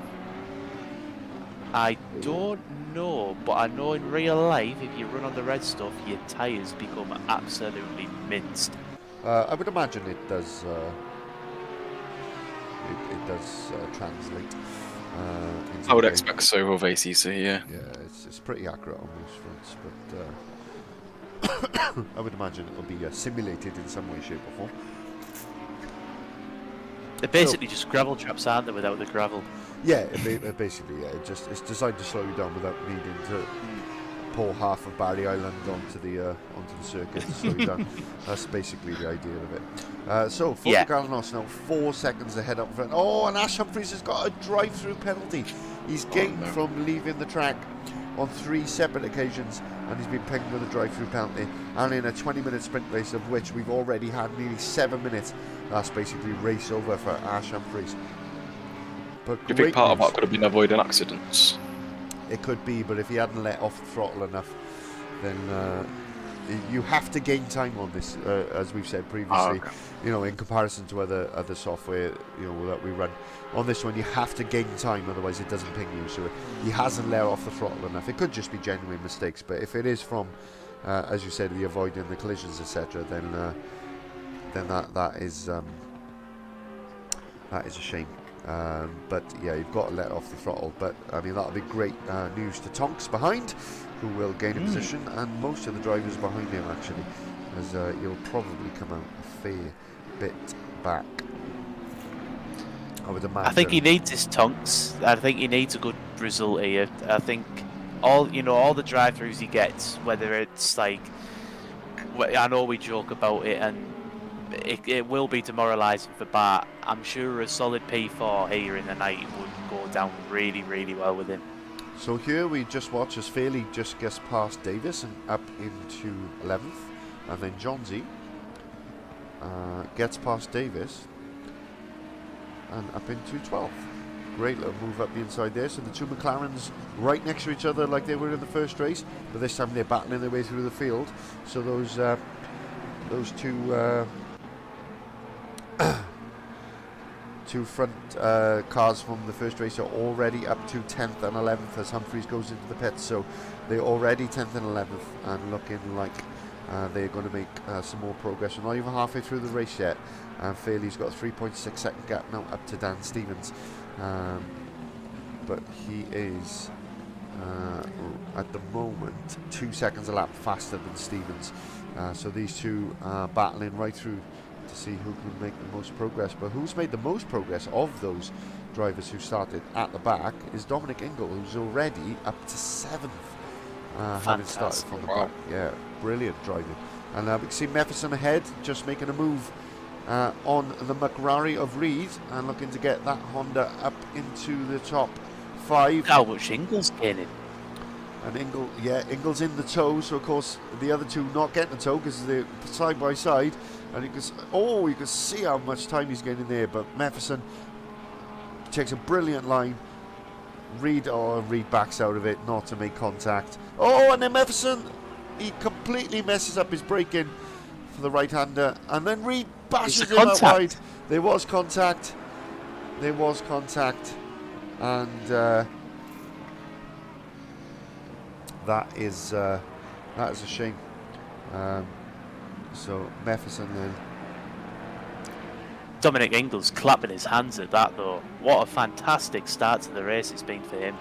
It just shows sometimes it was worth taking that third position. Actually, just working your way through the field shows that sometimes you don't need to take a gamble, and you can do it on pure talent. Yeah, absolutely. Absolutely. I mean, Mefferson, you can see, is just losing time now, hand over fist, unfortunately. But he's currently down in 8th position now. Let's just take a look at that replay, and so we just taking a look at the contact. Oh yeah, we just missed it. Sorry, it didn't quite pick it up. But yeah, Looks like he had a different wiggle. I wonder if Lloyd was saving a moment, Mike, and that's maybe what's put him into the side of Mefferson. Because he looked like he twitched and was trying to correct it. Yeah, it could well be. That's a very good point. But that said, Mefferson is now in 8th. Morris has jumped ahead of him. Reed is still in 6th, and he's now behind Dom Ingle. But keeping an eye on these two McLarens who are battling right through, and they're already on the back of Stevens. 1 lap after I said they were 3.2 seconds back, they're now catching him down this straight. And John's the fastest lap again as well. Yeah, a 55 flat, which is pretty rapid race pace. Not far off what the guys were doing in quali. You can see Fairley getting out ahead of the Porsche. The Porsche is slow in the straights, and they both try to make the move up the inside, and they both make it through. And nice clean racing there from Stevens, who is now down to 11th, and Fairley and Johnsy following each other through up to 9th and 10th. So next up the road for them is Mefferson, who we were just talking about. So there's a bit of a gap then. Sorry. Do you think it's... No, go on. I was just about to say, do you think Johnsy's finding, in essence, enjoying Fairley in front of him, because in essence Fairley is prizing a door open for Johnsy just to follow through, do you think? Or I think he's still got to try. I think there'll be an element of that. I mean, he's, as he said, he's raced with him for years, as he said in our interview. So I mean, he clearly knows him, knows what kind of lines he's going to take. So I mean, he's got to use that to his advantage. I don't know if you agree, Aaron. No, I agree, 1000%. I was just going to applaud the bravery of Johnsy to stick that up the inside of Stevens there. That was such a brave move, and he needed to do it because if he wants to get past Fairley, he has to stick with him, and he has to do those kind of moves. Yeah, I mean, again, is he going to be able to get past Fairley? I think his best chance in this race is going to be Fairley getting caught up with trying to overtake, and Johnsy taking advantage of him losing pace in that situation. But now you've got Morris, who's a slower car than the three behind him, and then you've got Mefferson, Fairley and Johnsy all within a second of each other. So this is going to be a cracking battle over the next few laps, hopefully. So we just jump on board with Fairley. This is what it looks like for him. Not gaining really, is he? No, I mean the Honda's quite quick down the straight, and the Honda's also got a tow from the McLaren and Morris in front of him. So you've got, you know, a McLaren towing a Honda, towing a McLaren. So there's not going to be a huge speed difference down that straight. So he's going to have to make it work in other places, unless Morris gets out of the way pretty sharpish. But it doesn't look like he wants to relinquish that position to Mefferson anytime soon. Ooh, Johnsy make a move. Oh, he is. He's up alongside, but he gives Fairley the space he deserves, and he falls back into formation. So Mefferson needs to get this move on Morris down to protect himself from these two fast McLarens behind him. And I think that's probably key, isn't it, Doug? Is at the moment he's got to attack to defend, if you sort of see what I mean. Yeah, definitely. As I think Aaron said it before, is sometimes the best form of defence is attack, and if you are attacking, you also make up places, so it's a win-win, I suppose, if you are using it as a form of defence. Yeah, we are just under 6 minutes to go. Galanos is still leading this race, 4.5 seconds ahead of Adam Foster, and he's still under pressure from Bakehouse in third. That's your top three at the moment in your podium for this second race. Bartong's in a cracking fourth, and I really do hope that he makes a stick. I know we've had a few jokes at Bart's expense tonight, but genuinely do hope that Bart can make this work and keep in there, because he's had the pace all season. He's just been frustratingly inconsistent. So it'd be really good to see him have a really good finish tonight. So I hope he can stay there. And Wes looks like, he looked like he was going to make a move then on Foster, but he just ducks out of it and thinks better of it. But Foster's got to be under pressure. One of the fastest cars on the straights is the Audi, and one of the slowest cars on the straights is the Porsche. And this speed and gears thing that I pressed activate on clearly hasn't worked, so won't worry about that. Oh, there we are. We can't see it if I just press basic. So you could do a manual speed trap. Yeah.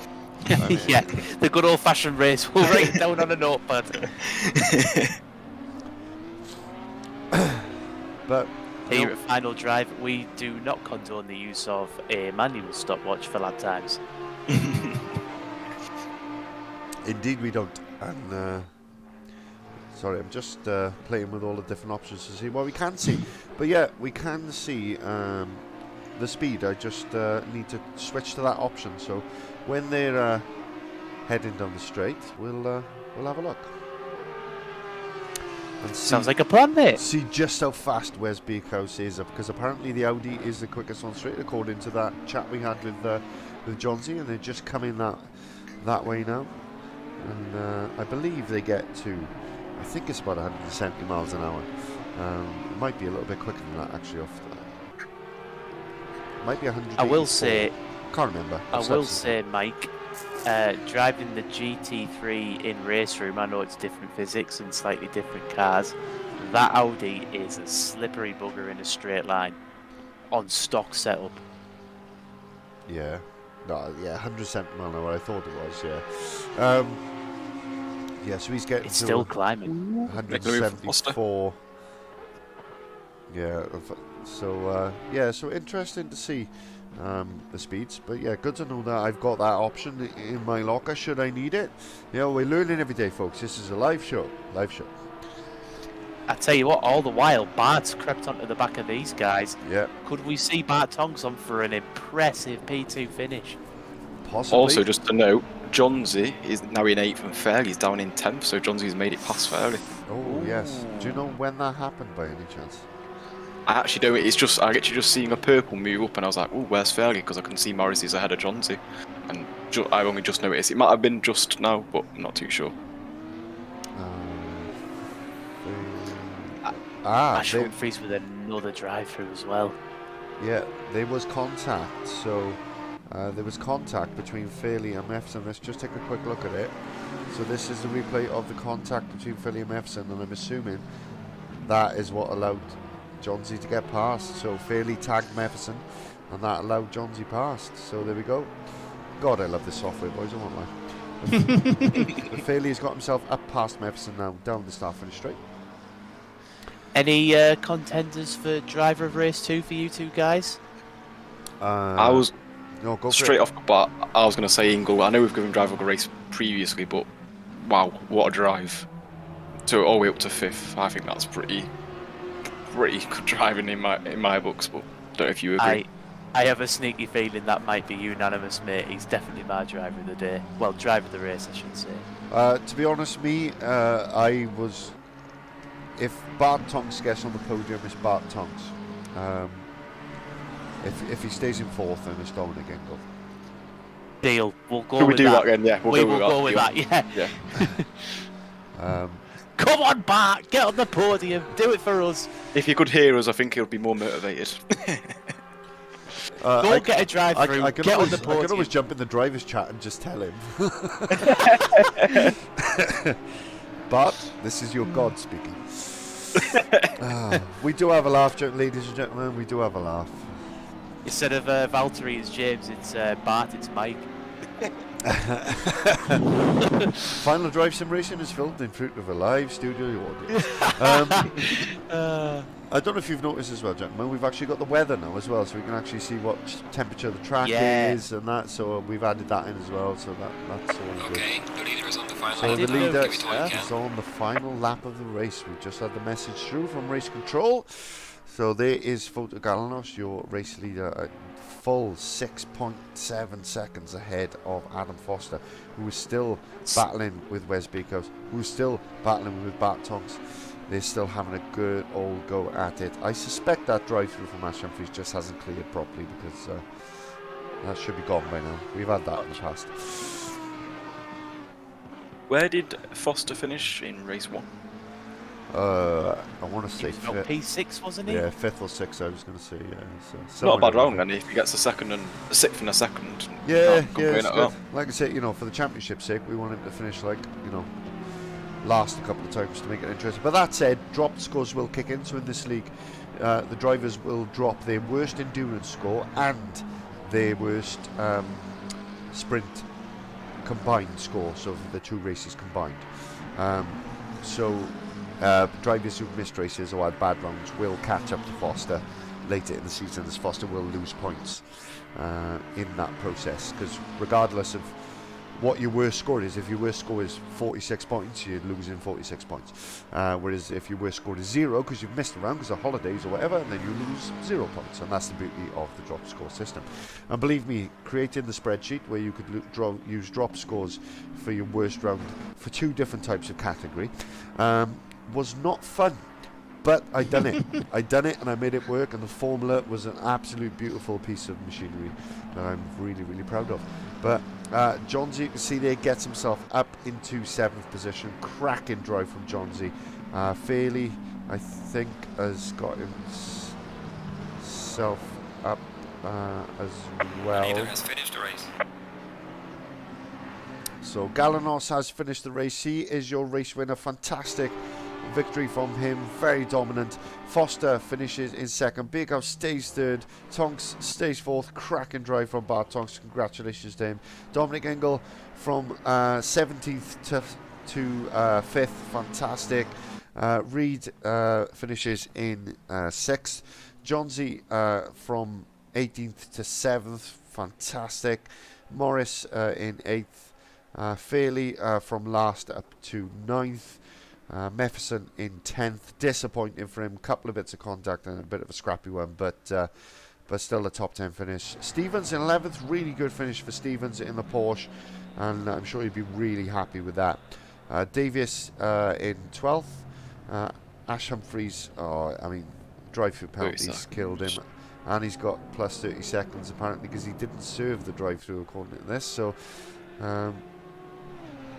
he actually finishes P18 or P19, sorry, because of that. So I'm not really sure what happened there, whether the penalty system has messed up and they might need to change the results. I'm not sure. So officially then, Mefferson 10th, Stevens 11th, Davis 13th, Humphreys 14th, Arnold 15th, Weaver 16th, Prescott 16th, Scott 17th, Balseeley 18th, Ash Humphreys 19th, and Fairweather 9 laps down.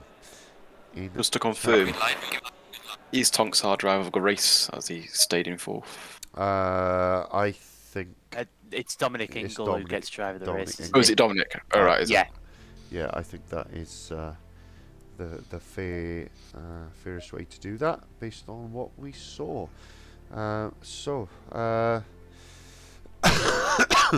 Yes, and it was our driver of race 1. I've forgotten.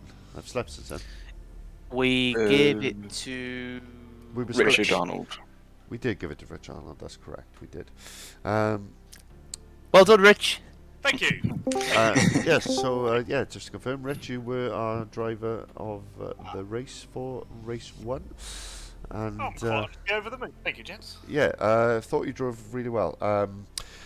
But do you know what? I'm my throat is bleeding, and I'm in a lot of pain. So I hope I'm going to put them on the spot a little bit. And Aaron and Dougie, if you don't mind, could you conduct the post-race interviews for me, because I'm about to start crying. I'm in so much pain. So please fire away, and I'm going to be quiet for 5 minutes. Seriously, my not fair a play for problem, doing mate. so. We've got quite a few people in with us, so I'd like to take the opportunity to start with the winner of race 2, and that is Mr. Galanos. Well done, mate. It's been a while since we've seen you. You've raced really well in that McLaren. Obviously, a different change of car. You've moved out of the Honda. Have you got anything you want to say, mate, about that second race? Yeah, it was kind of boring. I mean, first lap was very interesting. I think I was fighting with Ash.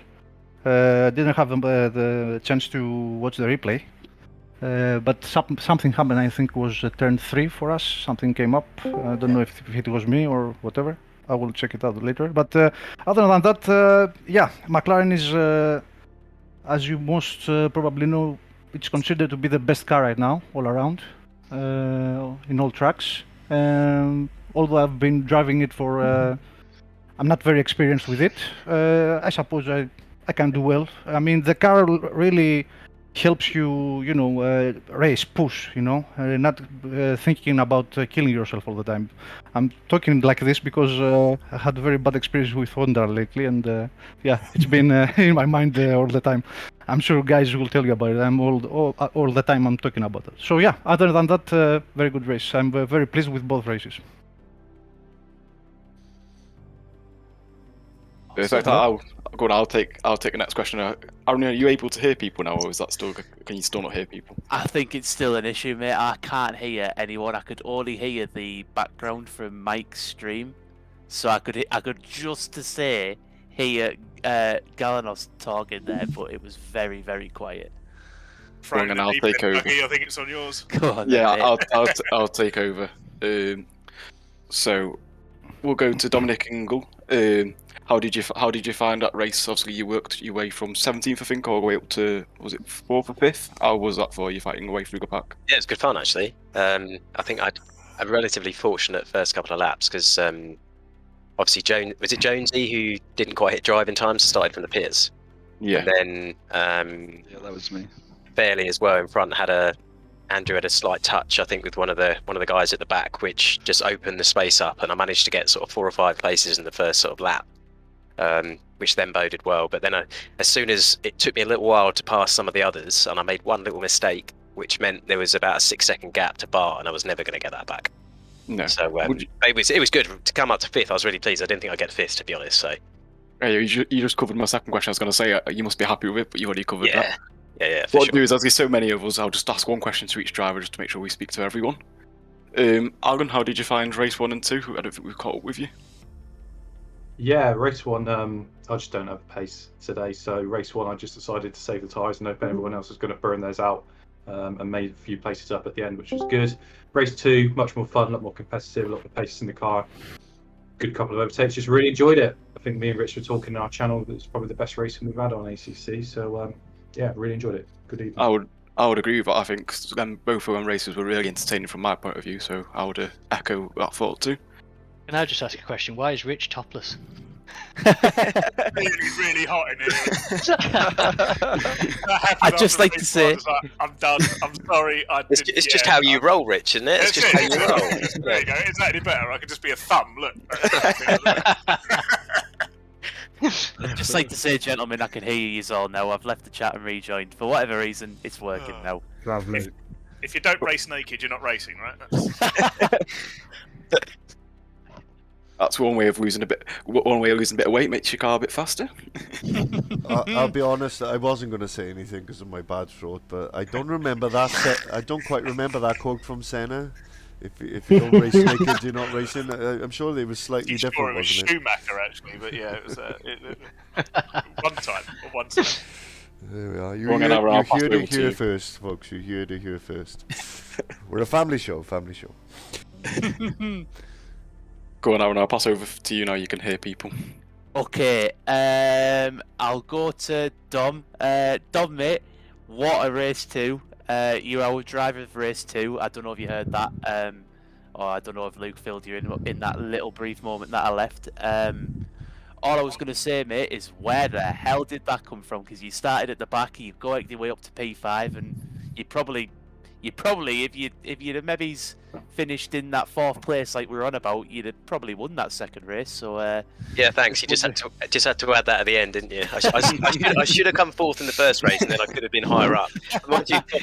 Fortis had really good pace as well, anyway. So there's no guarantee I'd have won that second one. I may have come 2nd or 3rd. Adam qualified well, so Wes struggled to get past Adam in the second race. So who knows? So yeah, I'm pleased with how it went anyway. It was good, really good fun. But I didn't save the replay, so I need somebody to send me the replay because that was definitely one to capture. Yeah, I've got it. That's cool.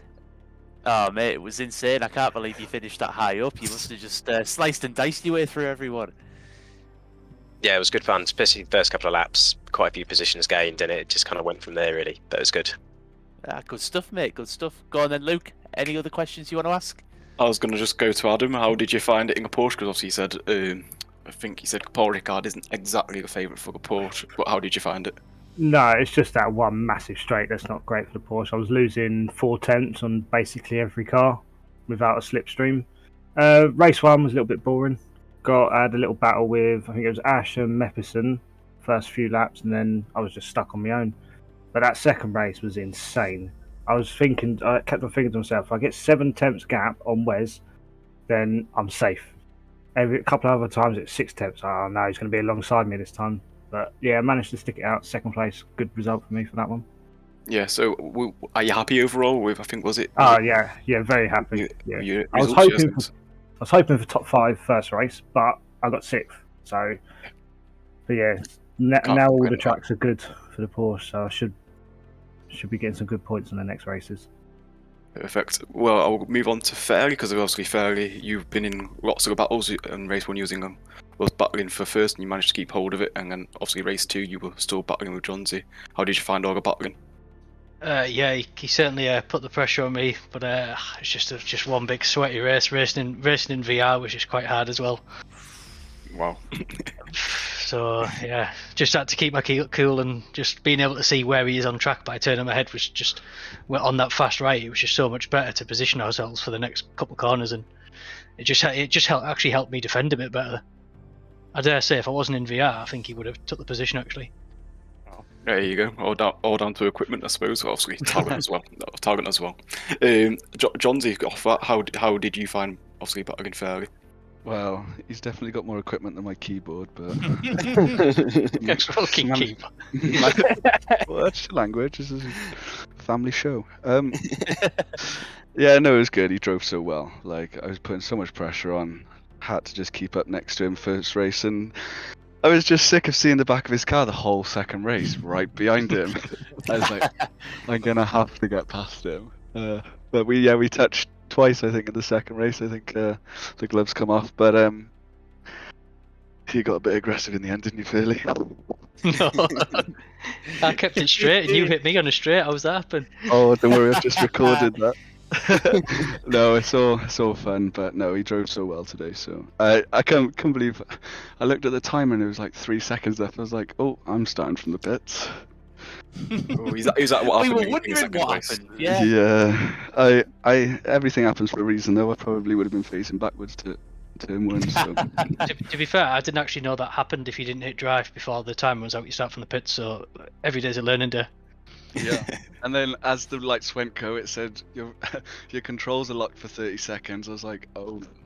But it only ended up being about 10. But no, race 2 is amazing. I like coming in the top 3, you get a 5-minute break, and then get to test yourself with overtakes on a track you've just done sweaty 40 minutes on. So it's a good challenge.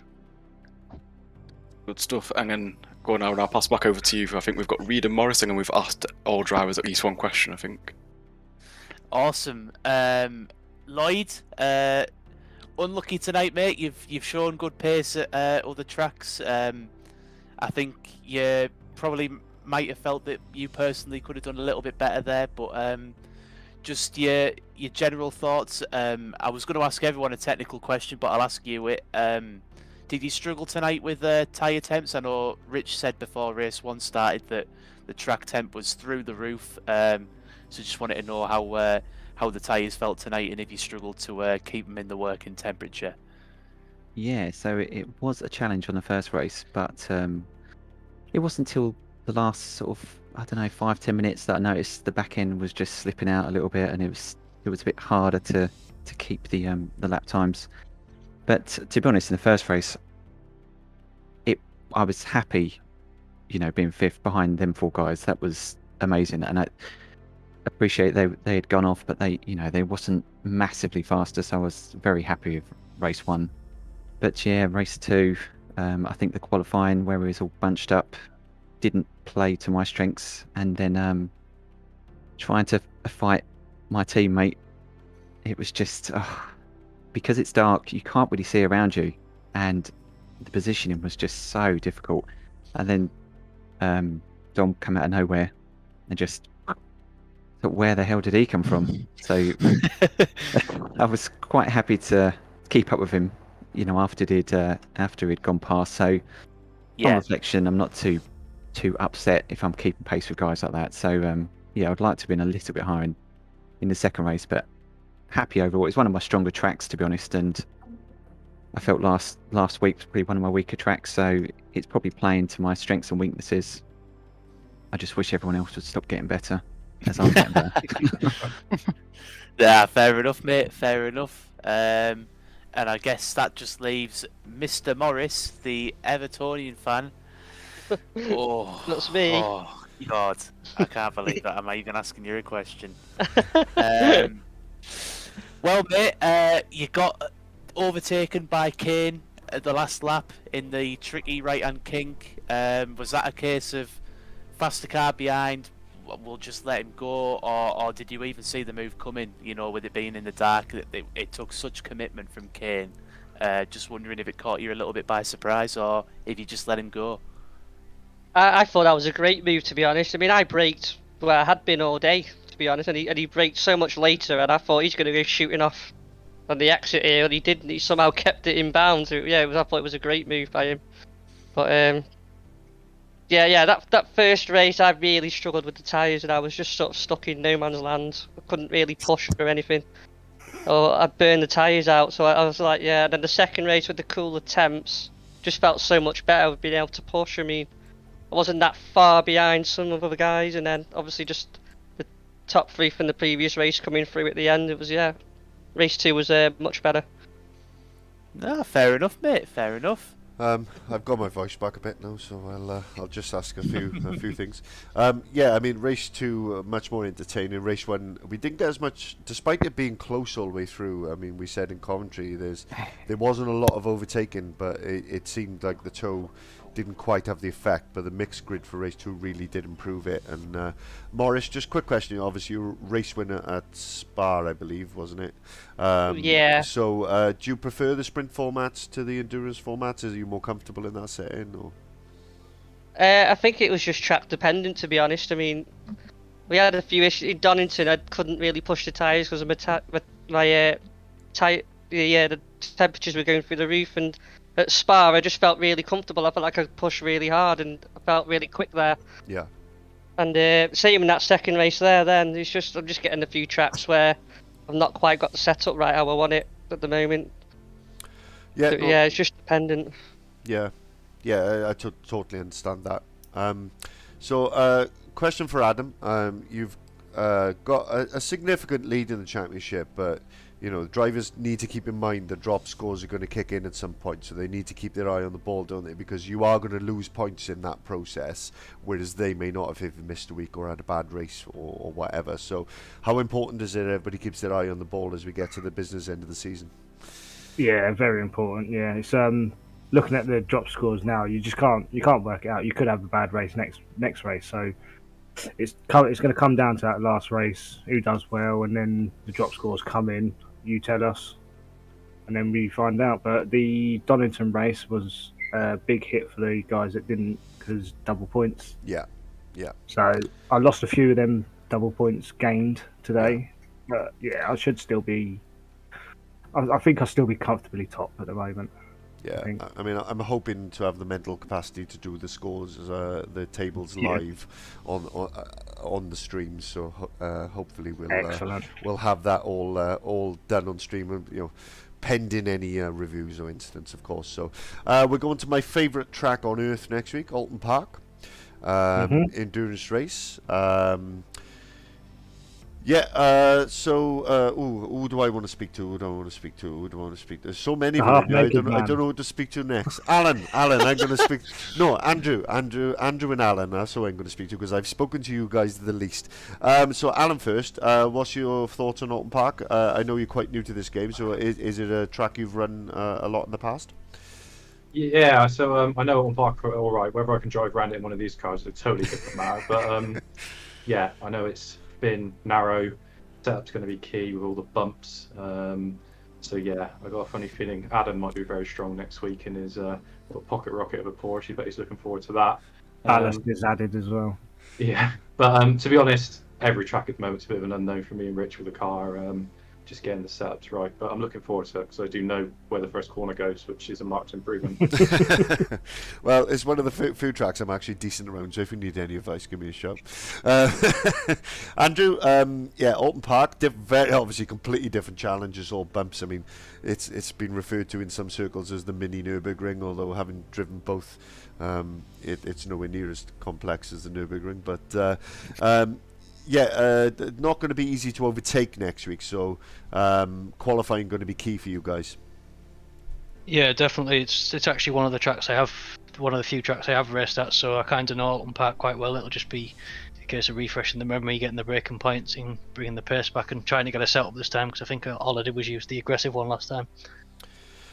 Yeah. I mean, the fine-tuning the setups, particularly at that type of track, is key, because being able to ride the bumps and the curbs well, you know, is going to make the difference for you guys out there. So I can't thank you all enough for joining us in the comms box. It really does add so much value to us to be able to speak to you guys, so thank you.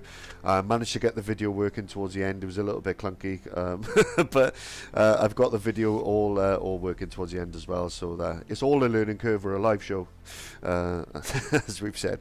Thank you to all the people who have tuned in this evening and have put up with me sounding like I'm on death's door, and hopefully my voice will be back for next week, and we really look forward to Alton Park. Thank you so much for joining us, and we've been Final Drive Sim Racing. Don't forget, you can catch the season finale for Touring Car Sim Racing. The link is in in the description for this. We got our season finale on Wednesday night at 8 PM, and we've still got a couple of weeks to go for the final drive sim racing season as well. So thanks for joining.